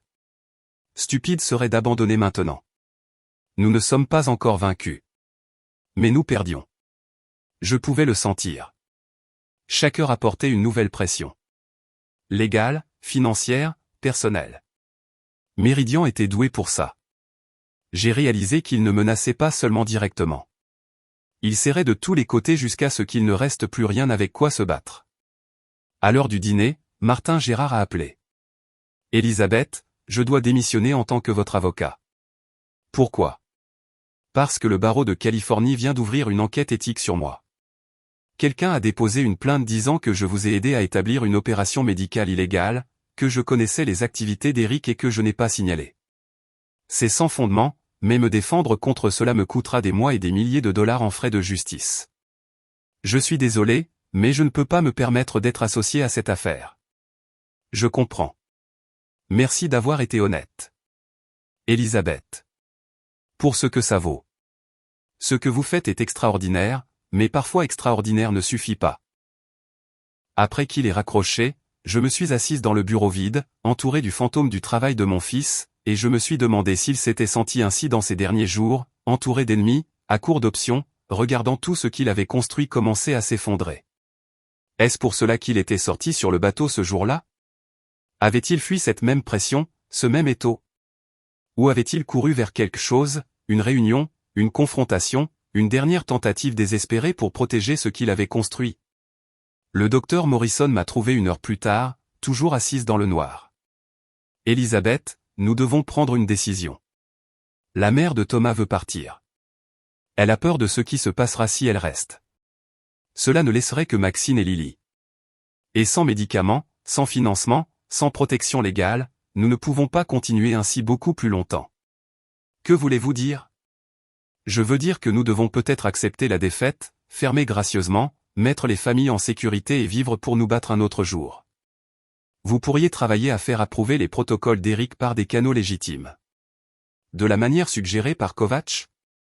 Kovacs a orchestré tout cela. Il a tué mon fils et maintenant il détruit son travail. Vous ne le savez pas avec certitude. J'en sais assez. Alors prouvez-le. Mais vous ne pouvez rien prouver si vous êtes en prison. Si les enfants sont dispersés. Si nous sommes tous trop brisés pour continuer. Parfois, la retraite est le choix intelligent. Je voulais argumenter, mais en regardant son visage épuisé, les décombres de ce que nous avions essayé de construire, je me suis demandé s'il avait raison. Peut-être était-il temps de laisser tomber. Puis mon téléphone a vibré une dernière fois. Un email de Catherine, la journaliste. Elisabeth, vous devez voir ça. J'ai enquêté sur Méridian. Vous n'allez pas croire ce que j'ai trouvé. La pièce jointe était un document de dépôt d'entreprise. Mes mains tremblaient en le lisant. Meridian Strategic Partners était une filiale de Pharmacor Industries, l'une des plus grandes sociétés pharmaceutiques du pays. La même société qui fabriquait les médicaments de chimiothérapie standard utilisés dans le traitement du cancer infantile. La même société qui perdrait des milliards si un traitement alternatif moins cher et plus efficace devenait largement disponible. Et le PDG de la division oncologie de Pharmacor, un homme nommé Robert Gregory, le frère du docteur Clara Gregory. Je levai les yeux vers le docteur Morrison. Nous n'avons pas encore fini. Nous venons de trouver notre preuve. Je fixai le document sur l'écran de mon téléphone, le lisant 3 fois pour être sûr de bien comprendre. Puis je regardai le docteur Morrison. Allez chercher le docteur Gregory maintenant. Clara Gregory arriva en quelques minutes, le visage tiré par l'épuisement. Qu'est-ce qu'il y a? Je lui tendis mon téléphone sans un mot, regardai ses yeux parcourir l'écran, la compréhension poindre, son visage pâlir. Robert, murmura-t-elle. Mon frère est derrière tout ça. Tu ne savais pas? Nous ne nous sommes pas parlé depuis 5 ans. Pas depuis que j'ai quitté Pharmacor pour travailler avec Eric et Rebecca. Elle s'affaissa dans un fauteuil. Il était furieux quand j'ai démissionné. Il a dit que je gâchais ma carrière, que les traitements alternatifs étaient de la pseudoscience. Mais ça, utiliser Méridian pour nous détruire, je n'aurais jamais imaginé. Il a des milliards de raisons, dit tranquillement le docteur Morrison. Si le protocole d'Eric était devenu grand public, il aurait rendu obsolète toute la gamme de médicaments d'oncologie pédiatrique de Pharmacor. Alors, il les a tués. Les mots sortirent de ma bouche, calmes, certains. Il a découvert ce qu'Eric faisait, lui a proposé un accord par l'intermédiaire de Méridian, et quand Eric a refusé, il les a fait tuer. Elisabeth, c'est... Le docteur Gregory s'arrêta. C'est un meurtre. Il nous faudrait des preuves. Alors nous obtiendrons des preuves. Je me levai, l'esprit soudainement clair. Pendant des jours, j'avais réagi, défendu, me suis débattu. Maintenant, il était temps d'attaquer. L'article de Catherine a attiré leur attention. Maintenant, nous allons donner au monde quelque chose qu'ils ne pourront pas ignorer. Nous allons prouver que Pharma a orchestré toute cette campagne pour protéger leurs profits. Comment ? Demanda le docteur Morrison. En les faisant avouer. Ce soir. Je sortis mon téléphone et composai le numéro de Richard Kovacs. Il répondit immédiatement. Elisabeth, prête à accepter la réalité ? Je suis prête à vous rencontrer ce soir. 20h, votre bureau. Une pause. Pourquoi ce changement d'avis soudain ? Parce que vous gagnez. Le FBI a tout pris. Mes comptes sont gelés. Les familles partent. Je ne peux plus me battre. Vous aviez raison. J'aurais dû accepter l'accord quand j'en avais l'occasion. Et maintenant ? Maintenant, je veux savoir si une version de cet accord existe toujours. S'il y a un moyen de sauver quelque chose de ce désastre, de protéger les enfants qui sont encore ici et peut-être de continuer le travail d'Eric par des canaux légitimes. Une autre pause. Je pouvais presque l'entendre calculer, peser si c'était une reddition sincère ou un piège. Venez seul, dit-il finalement, pas d'avocat, pas de journaliste, pas de micro. Nous parlerons. D'accord.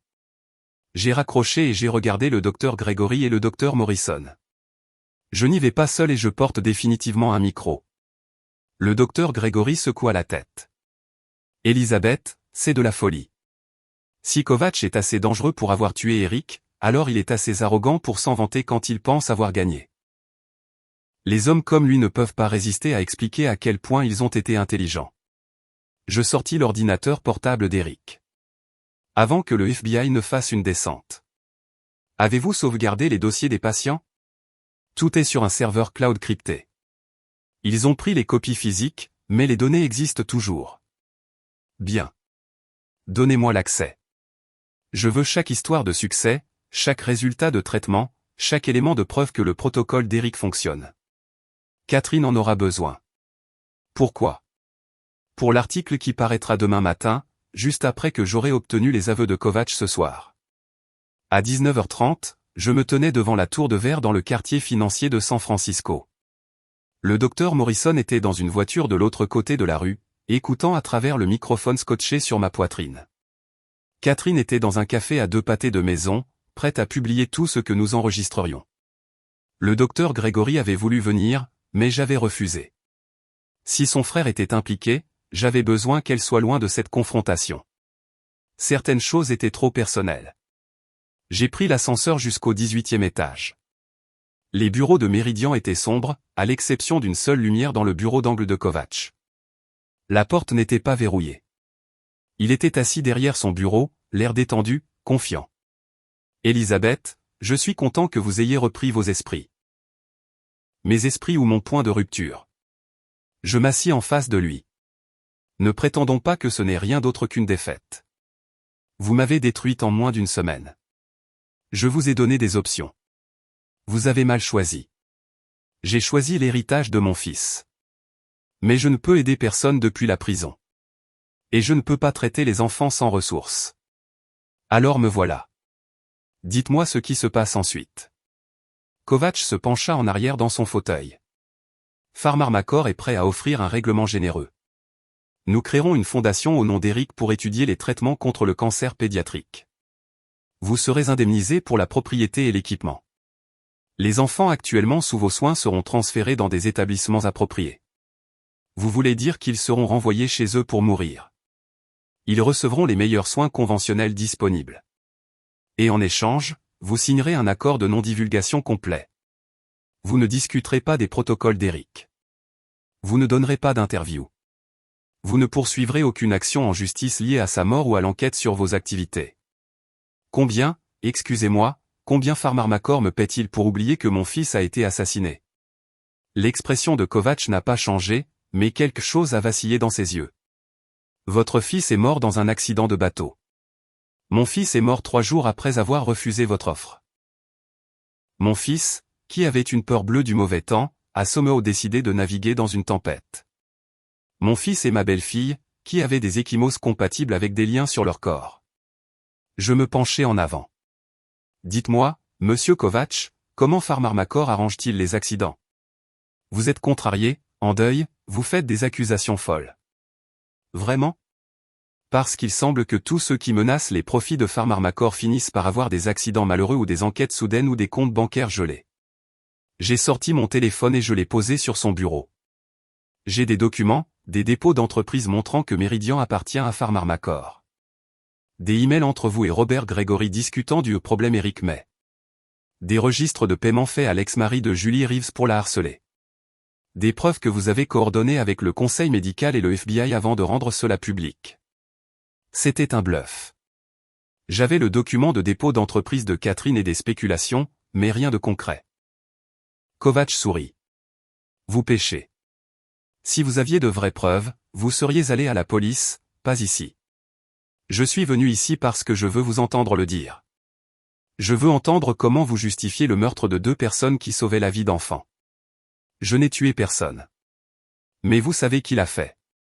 Il se leva et se dirigea vers la fenêtre, regardant les lumières de la ville. Quand il reprit la parole, sa voix était différente, plus froide, plus honnête. Votre fils était un problème, Elisabeth. Un problème brillant et têtu. Son protocole de traitement fonctionnait réellement, ce qui le rendait dangereux. Avez-vous une idée de l'argent investi dans les traitements actuels contre le cancer pédiatrique? La recherche, les brevets, l'infrastructure, des milliards de dollars, des milliers d'emplois. Toute une industrie construite sur les protocoles existants. Une industrie qui laisse tomber les enfants.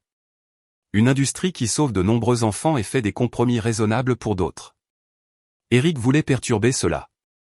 Il voulait prouver que nos traitements coûteux étaient obsolètes, que son opération de fortune pouvait obtenir de meilleurs résultats pour une fraction du coût.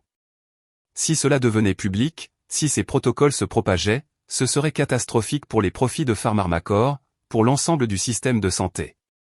Pensez-vous que les hôpitaux survivraient si des traitements moins chers devenaient disponibles? Pensez-vous que les compagnies d'assurance continueraient les taux de remboursement actuels? Eric ne menaçait pas seulement une entreprise. Il menaçait toute la structure économique de la médecine américaine. Alors vous l'avez tué. Kovacs se tourna vers moi. Je lui ai offert une issue. Légitimer le traitement, mais lentement, par des canaux appropriés qui prendraient des années, peut-être des décennies. Assez longtemps pour que Pharmarmacor développe des alternatives compétitives, pour que l'industrie s'adapte.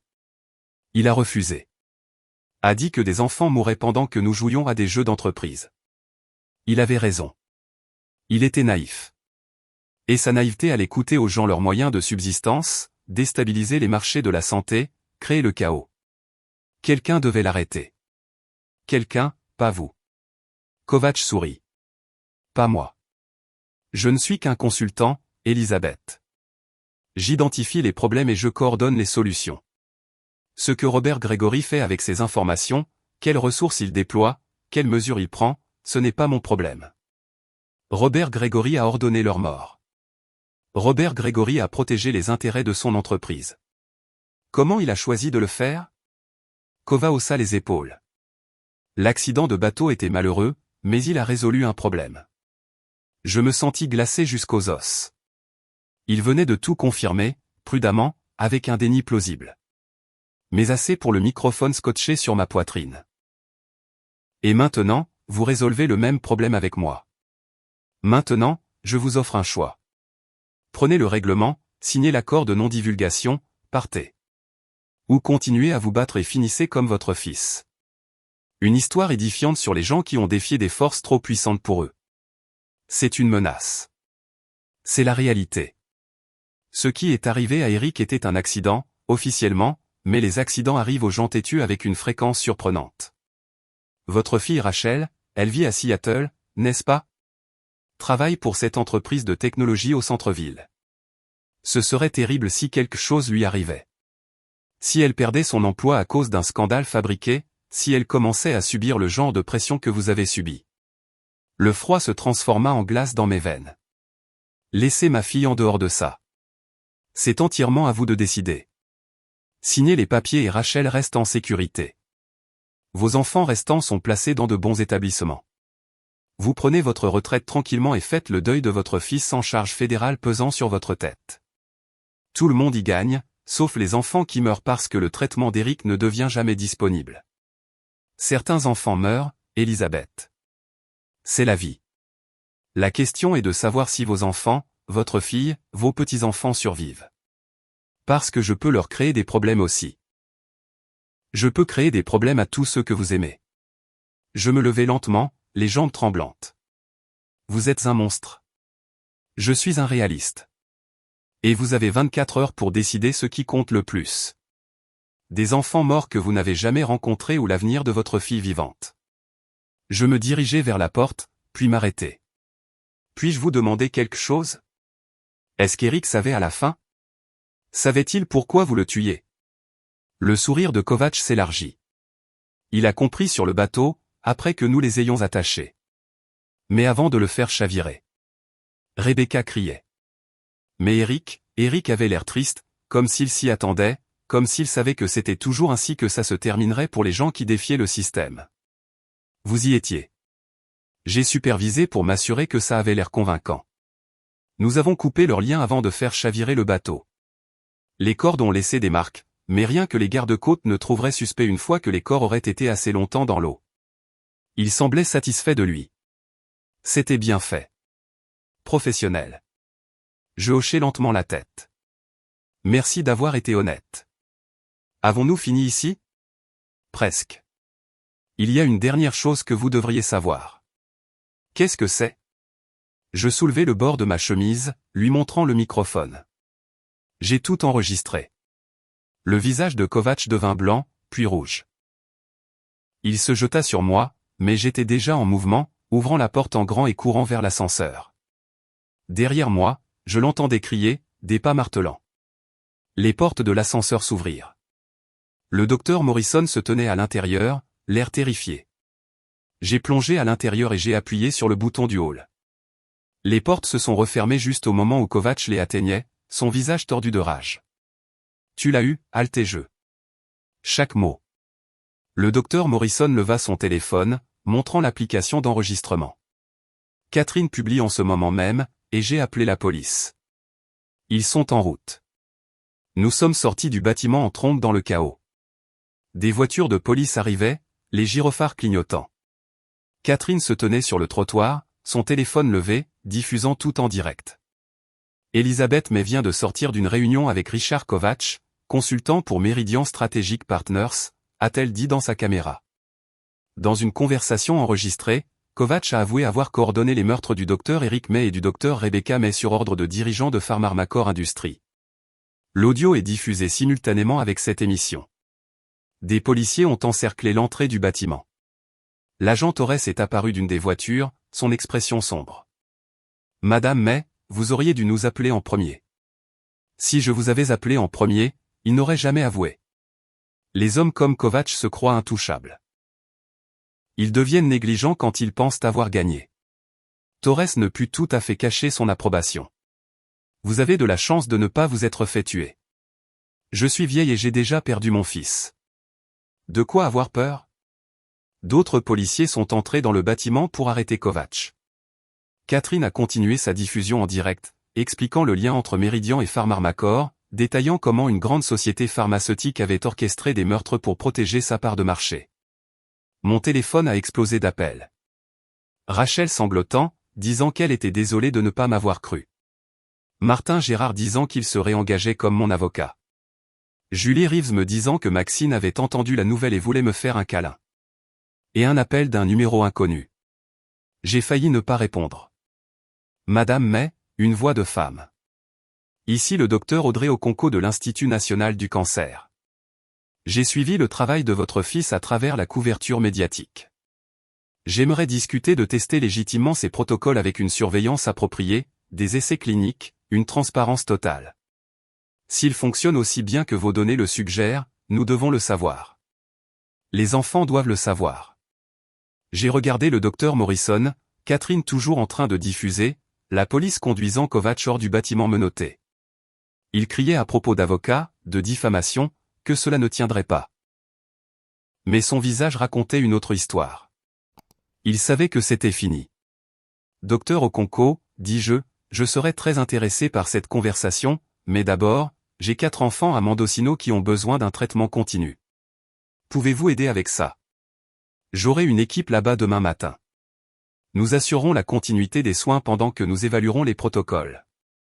Ces enfants ne perdront pas l'accès au traitement. Je vous le promets. J'ai raccroché et j'ai laissé échapper un soupir que j'avais l'impression de retenir depuis une semaine. Nous avons gagné, dit doucement le docteur Morrison. Nous avons survécu, ai-je corrigé.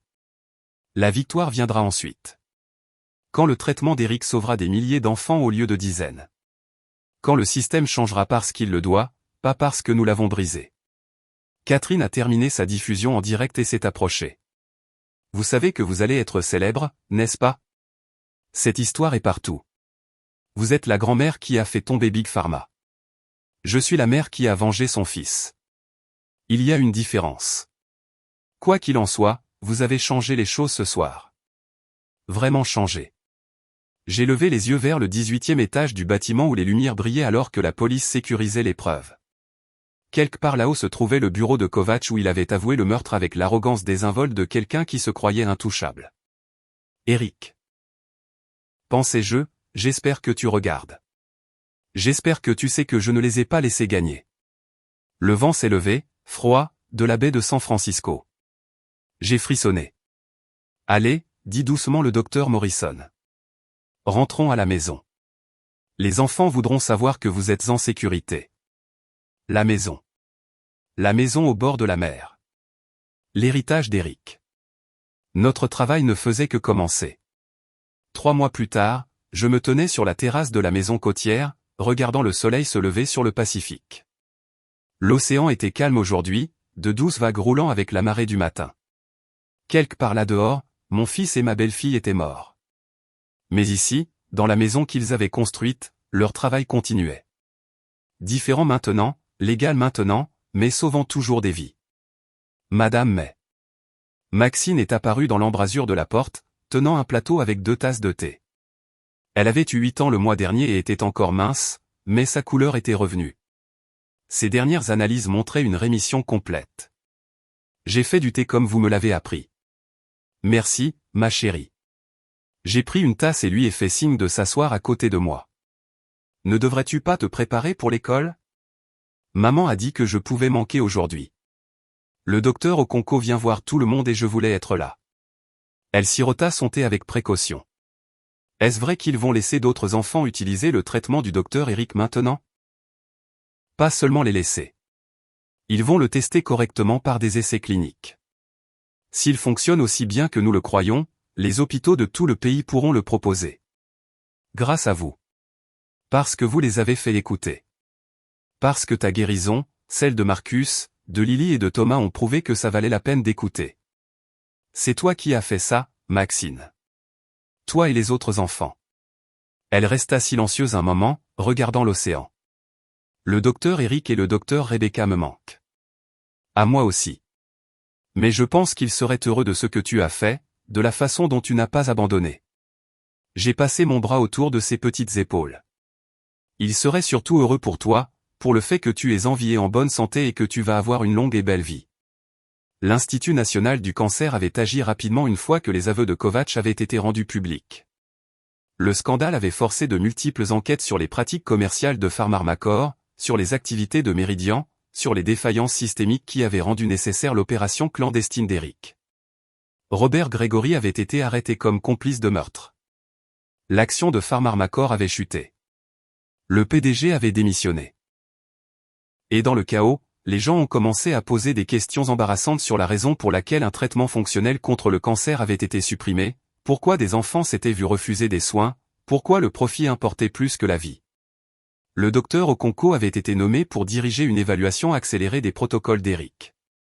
Elle avait amené une équipe de chercheurs à Mendocino, examiner nos patients, examiner nos données et, en 6 semaines, avait recommandé une autorisation d'urgence pour des essais élargis. Ce traitement fonctionne, m'a-t-elle dit sans embâche. Il ne fonctionnera pas pour tout le monde, et ce n'est pas un remède miracle, mais pour certains types de cancers pédiatriques, il montre des taux de réponse significativement meilleurs que les traitements conventionnels avec moins d'effets secondaires et un coût inférieur. La question n'est pas de savoir s'il faut le poursuivre. C'est pourquoi nous ne l'avons pas poursuivi il y a 5 ans. La réponse à cela, bien sûr, était l'argent, le pouvoir, l'inertie d'une industrie construite sur les protocoles existants. Eric l'avait compris. Il avait essayé de travailler au sein du système et avait été bloqué à chaque tournant. Alors, il avait construit son propre système, sachant qu'il ne pourrait pas durer, mais espérant qu'il durerait assez longtemps pour prouver ce qui était possible. Il avait eu raison. La porte d'entrée s'est ouverte et Julie est sortie, habillée pour le travail. Elle avait trouvé un emploi à Mendocino, gérant une librairie. Elle et Maxine avaient décidé de rester pour être proches de l'endroit qui avait sauvé la vie de sa fille. Bonjour, Elisabeth. Maxine, va t'habiller. Le bus scolaire passe dans 20 minutes. Mais maman, je sais que le docteur Okonko vient. Tu la verras après l'école. Maintenant, vas-y, Maxine a fait une grimace, mais a obéi, disparaissant à nouveau dans la maison. Julie s'est installée dans la chaise qu'elle avait laissée vacante. Elle va bien, ai-je observé. Grâce à vous, parce que vous vous êtes battu alors que vous auriez pu partir. Les yeux de Julie brillaient d'émotion. Je ne vous ai jamais vraiment remercié pour tout. Pour avoir gardé Maxine en vie quand. Sa voix se brisa. Vous n'avez pas besoin de me remercier. Eric et Rebecca ont fait le plus dur. J'ai juste fait en sorte que leur travail ne meure pas avec eux. Ce n'est pas une petite chose, Elisabeth. C'est tout. J'ai pensé à ce mot, tout.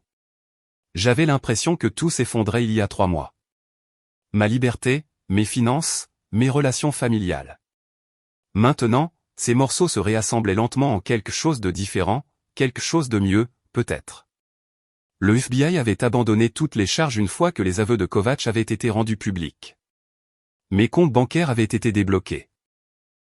Le conseil médical avait discrètement clos son enquête, bien que le docteur Gregory et le docteur Morrison devraient passer par des audiences formelles avant que leur licence ne soit entièrement rétablie. Martin Gérard m'avait aidé à créer une fondation à but non lucratif en bonne et due forme, la fondation Edith May, du nom de ma petite fille, pour continuer le travail d'Eric légitimement. Les dons avaient afflué une fois que l'histoire avait éclaté. Les gens étaient en colère contre ce qui s'était passé, en colère contre la suppression de traitements efficaces, et ils voulaient aider. Nous avions collecté assez pour financer la conversion de la maison en un centre de recherche agréé. L'équipe du docteur Okonko mènerait des essais ici, traitant les enfants qui se qualifiaient pour l'étude, documentant tout correctement cette fois. Ce n'était pas le refuge secret qu'Eric avait construit, mais c'était durable, légal et finalement plus puissant. La voiture de Rachel est arrivée dans l'allée à 9 heures. Ma fille est sortie, l'air fatiguée. Elle était venue de Seattle hier soir et avait séjourné dans un hôtel en ville. Nous étions encore en train de reconstruire notre relation, de retrouver notre chemin l'une vers l'autre après les mots durs échangés pendant ces terribles semaines. Maman. Elle a monté les escaliers de la terrasse et m'a serré dans ses bras. La maison est incroyable. Tu as fait tellement de choses avec. La fondation a fait le travail. J'ai juste supervisé. Ne sois pas modeste.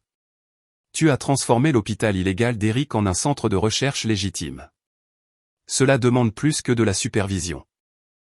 Elle a regardé l'océan. Il aurait adoré cette vue. Il l'adorait. Il ne m'a juste pas laissé la voir de son vivant.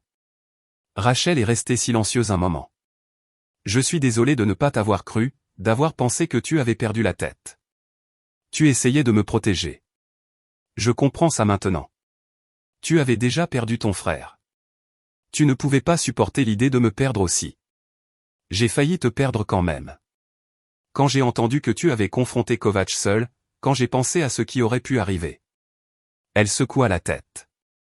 Tu es plus courageuse que je ne le pensais. Pas courageuse, juste trop vieille pour me soucier des risques. Il y a une différence. Le docteur Okonko est arrivé à 10 heures avec son équipe de recherche. Il venait chaque semaine pour voir Maxine, Lily et Thomas. Marcus était retourné dans sa famille en Oregon, mais restait dans l'essai sous la supervision d'un médecin local. Les 4 enfants montraient une amélioration soutenue. Les données étaient assez prometteuses pour que le NCI étende l'essai à 5 autres sites à travers le pays. Elisabeth, avez-vous un moment? Le docteur Okonko m'a prise à part après avoir examiné les enfants. Je veux discuter de quelque chose avec vous. Nous sommes descendus sur la plage où la marée se retirait, laissant des bassins de marée pleins de petites vies marines. J'avais commencé à marcher ici tous les matins, pensant à Eric et Rebecca, leur parlant dans ma tête. Nous avons terminé notre analyse des dossiers des patients de votre fils, a déclaré le docteur Okonko. 63 enfants sur 5 ans avec des notes de traitement détaillées et des données sur les résultats. C'est un ensemble de données incroyables. Eric était méticuleux. Il était aussi brillant. Certaines des modifications qu'il a apportées aux protocoles existants, le timing, les combinaisons de médicaments, l'intégration des soins palliatifs. C'est véritablement innovant. Nous intégrons déjà des éléments dans nos essais élargis. Cela l'aurait rendu heureux. Il y a autre chose. 3 des enfants qu'Eric a traités, maintenant adultes, nous ont contactés. Ils veulent participer à la recherche, partager leurs histoires, nous aider à comprendre les effets à long terme du traitement.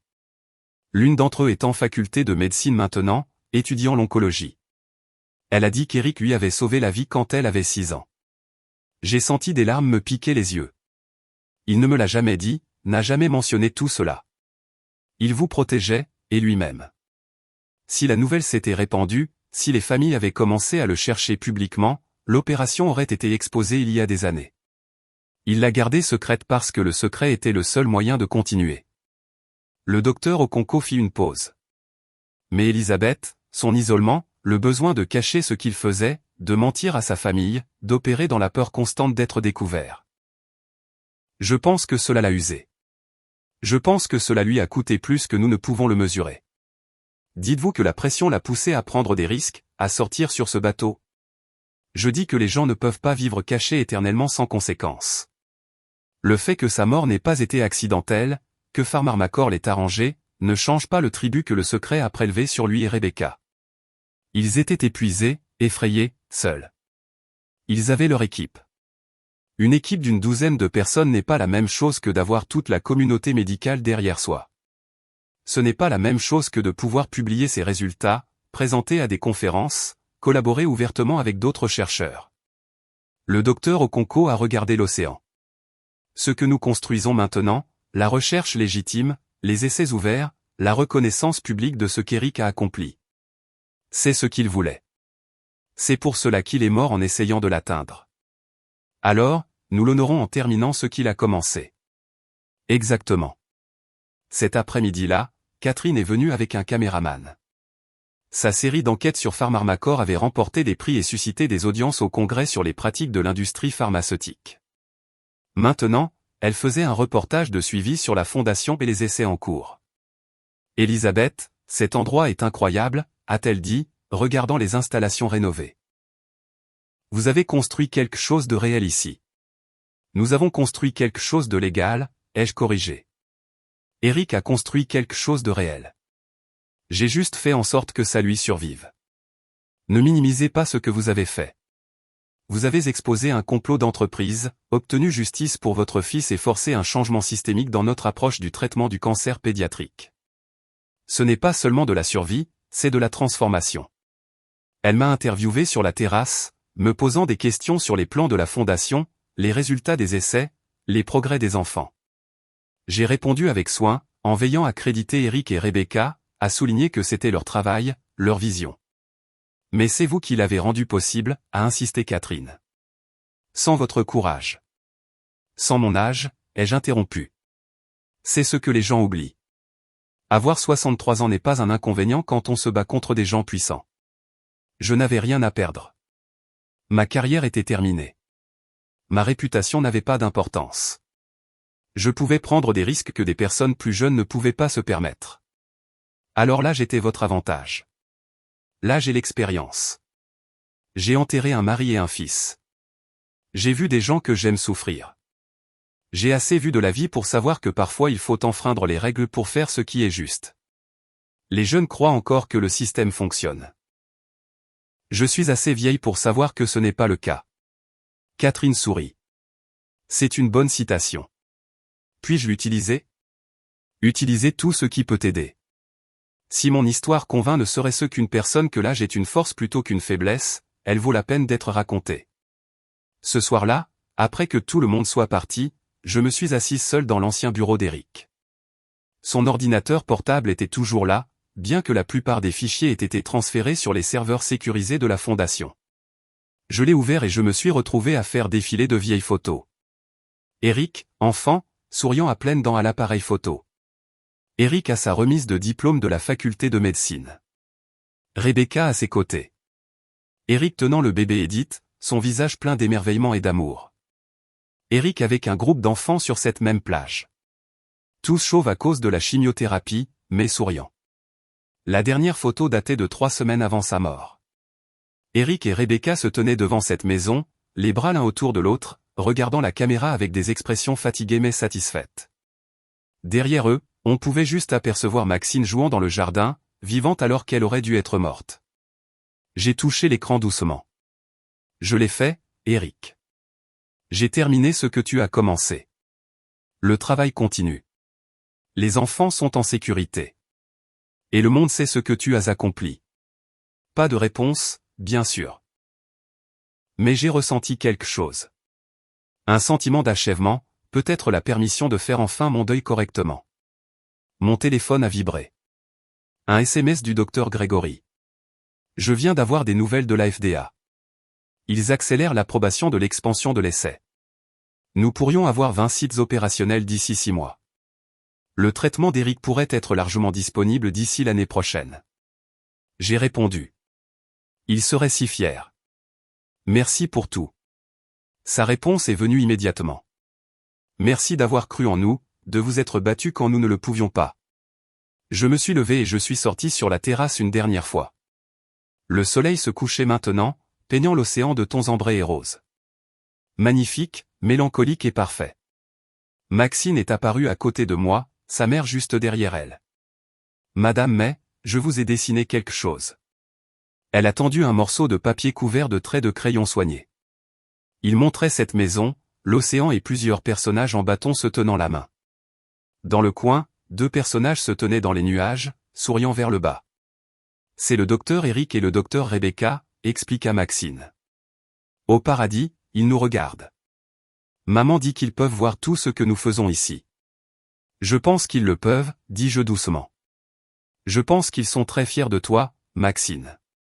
Et fiers de toi aussi, d'avoir été courageuse, d'avoir sauvé leur travail. Je me suis agenouillé et j'ai serré son petit corps dans mes bras. Cet enfant qui représentait tout ce pourquoi Eric s'était battu, tout ce pourquoi il s'était sacrifié. Elle était en vie. Elle était en bonne santé. Elle allait grandir et avoir une vie pleine de possibilités qui semblaient autrefois impossibles. C'est ce qui comptait. Pas les récompenses, ni l'attention des médias, ni les auditions au Congrès. Pas ma justification ou mon triomphe public. Juste ça. Un enfant qui aurait dû mourir mais qui ne l'a pas fait. Un avenir qui avait été volé puis récupéré. Maxine, sais-tu ce que tu veux être quand tu seras grande, demandai-je. Un médecin comme le docteur Eric. Pour pouvoir aider d'autres enfants qui sont malades. Je levai les yeux vers Julie qui avait des larmes coulant sur son visage. Alors tu seras un merveilleux médecin, dis-je à Maxine, le meilleur qui soit. Cette nuit-là, seul dans la maison, ma maison maintenant, vraiment la mienne, j'ai écrit une lettre, non pas pour l'envoyer quelque part, juste pour l'écrire. À Eric et Rebecca, à Edith, à tous les enfants qui n'avaient pas survécu assez longtemps pour voir ce jour. Je sais que vous avez essayé de me protéger en me tenant à l'écart. Je comprends maintenant pourquoi la maison était interdite, pourquoi vous ne pouviez pas risquer que je sache ce que vous faisiez. Mais j'aurais aimé que vous me fassiez confiance plus tôt. J'aurais aimé pouvoir vous aider à porter ce fardeau. J'aurais aimé que vous sachiez que vous n'étiez pas seul. Le travail continue. Les enfants sont en sécurité. Le traitement en sauvera des milliers, peut-être des millions un jour. Vous avez changé le monde. Même si le monde a essayé de vous arrêter. Je ne suis plus jeune. Ce combat a pris tout ce qu'il me restait. Mais ça en valait la peine. Chaque moment de peur, chaque menace, chaque nuit blanche. Ça valait la peine de voir le sourire de Maxine, d'entendre le rire de Lily, de savoir que Thomas et Marcus sont en vie et en pleine forme. Tu m'as appris quelque chose, Eric. Tu m'as appris que l'âge ne signifie pas l'abandon, qu'il est encore temps de se battre, encore temps de compter, encore temps de changer les choses. Tu m'as appris que la sagesse et l'expérience peuvent être des armes aussi puissantes que n'importe quelle autre. Merci pour ce cadeau. Merci de m'avoir laissé finir ton travail. Merci de m'avoir fait confiance avec ton héritage. Reposez en paix maintenant, tous les deux. Votre guerre est finie. Vous avez gagné. J'ai plié la lettre et je l'ai mise dans un tiroir. Un jour, peut-être que Maxine voudra la lire. Ou Lily, ou l'un des centaines d'enfants qui seront sauvés par le traitement qu'Eric avait lancé. Pour l'instant, il suffisait de savoir qu'elle existait. Un témoignage de gratitude, un mémorial au sacrifice, une promesse que leur travail ne serait jamais oublié. Je me suis dirigé vers la fenêtre et j'ai regardé l'océan sombre, les étoiles apparaissant dans le ciel crépusculaire. Demain apporterait de nouveaux défis, plus d'essais à coordonner, plus de familles à aider, plus de batailles avec la bureaucratie et la résistance. Mais ce soir, je pouvais me reposer. Ce soir, je pouvais simplement être Elisabeth May, mère, grand-mère, gardienne d'un héritage, debout dans une maison construite sur l'amour et l'espoir, et la croyance obstinée que la vie de certains enfants vaut la peine de se battre. L'océan murmurait contre le rivage, éternel et patient.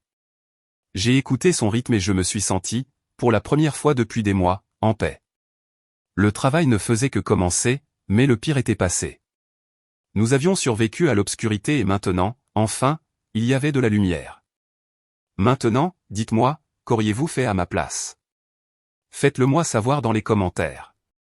Merci d'avoir regardé.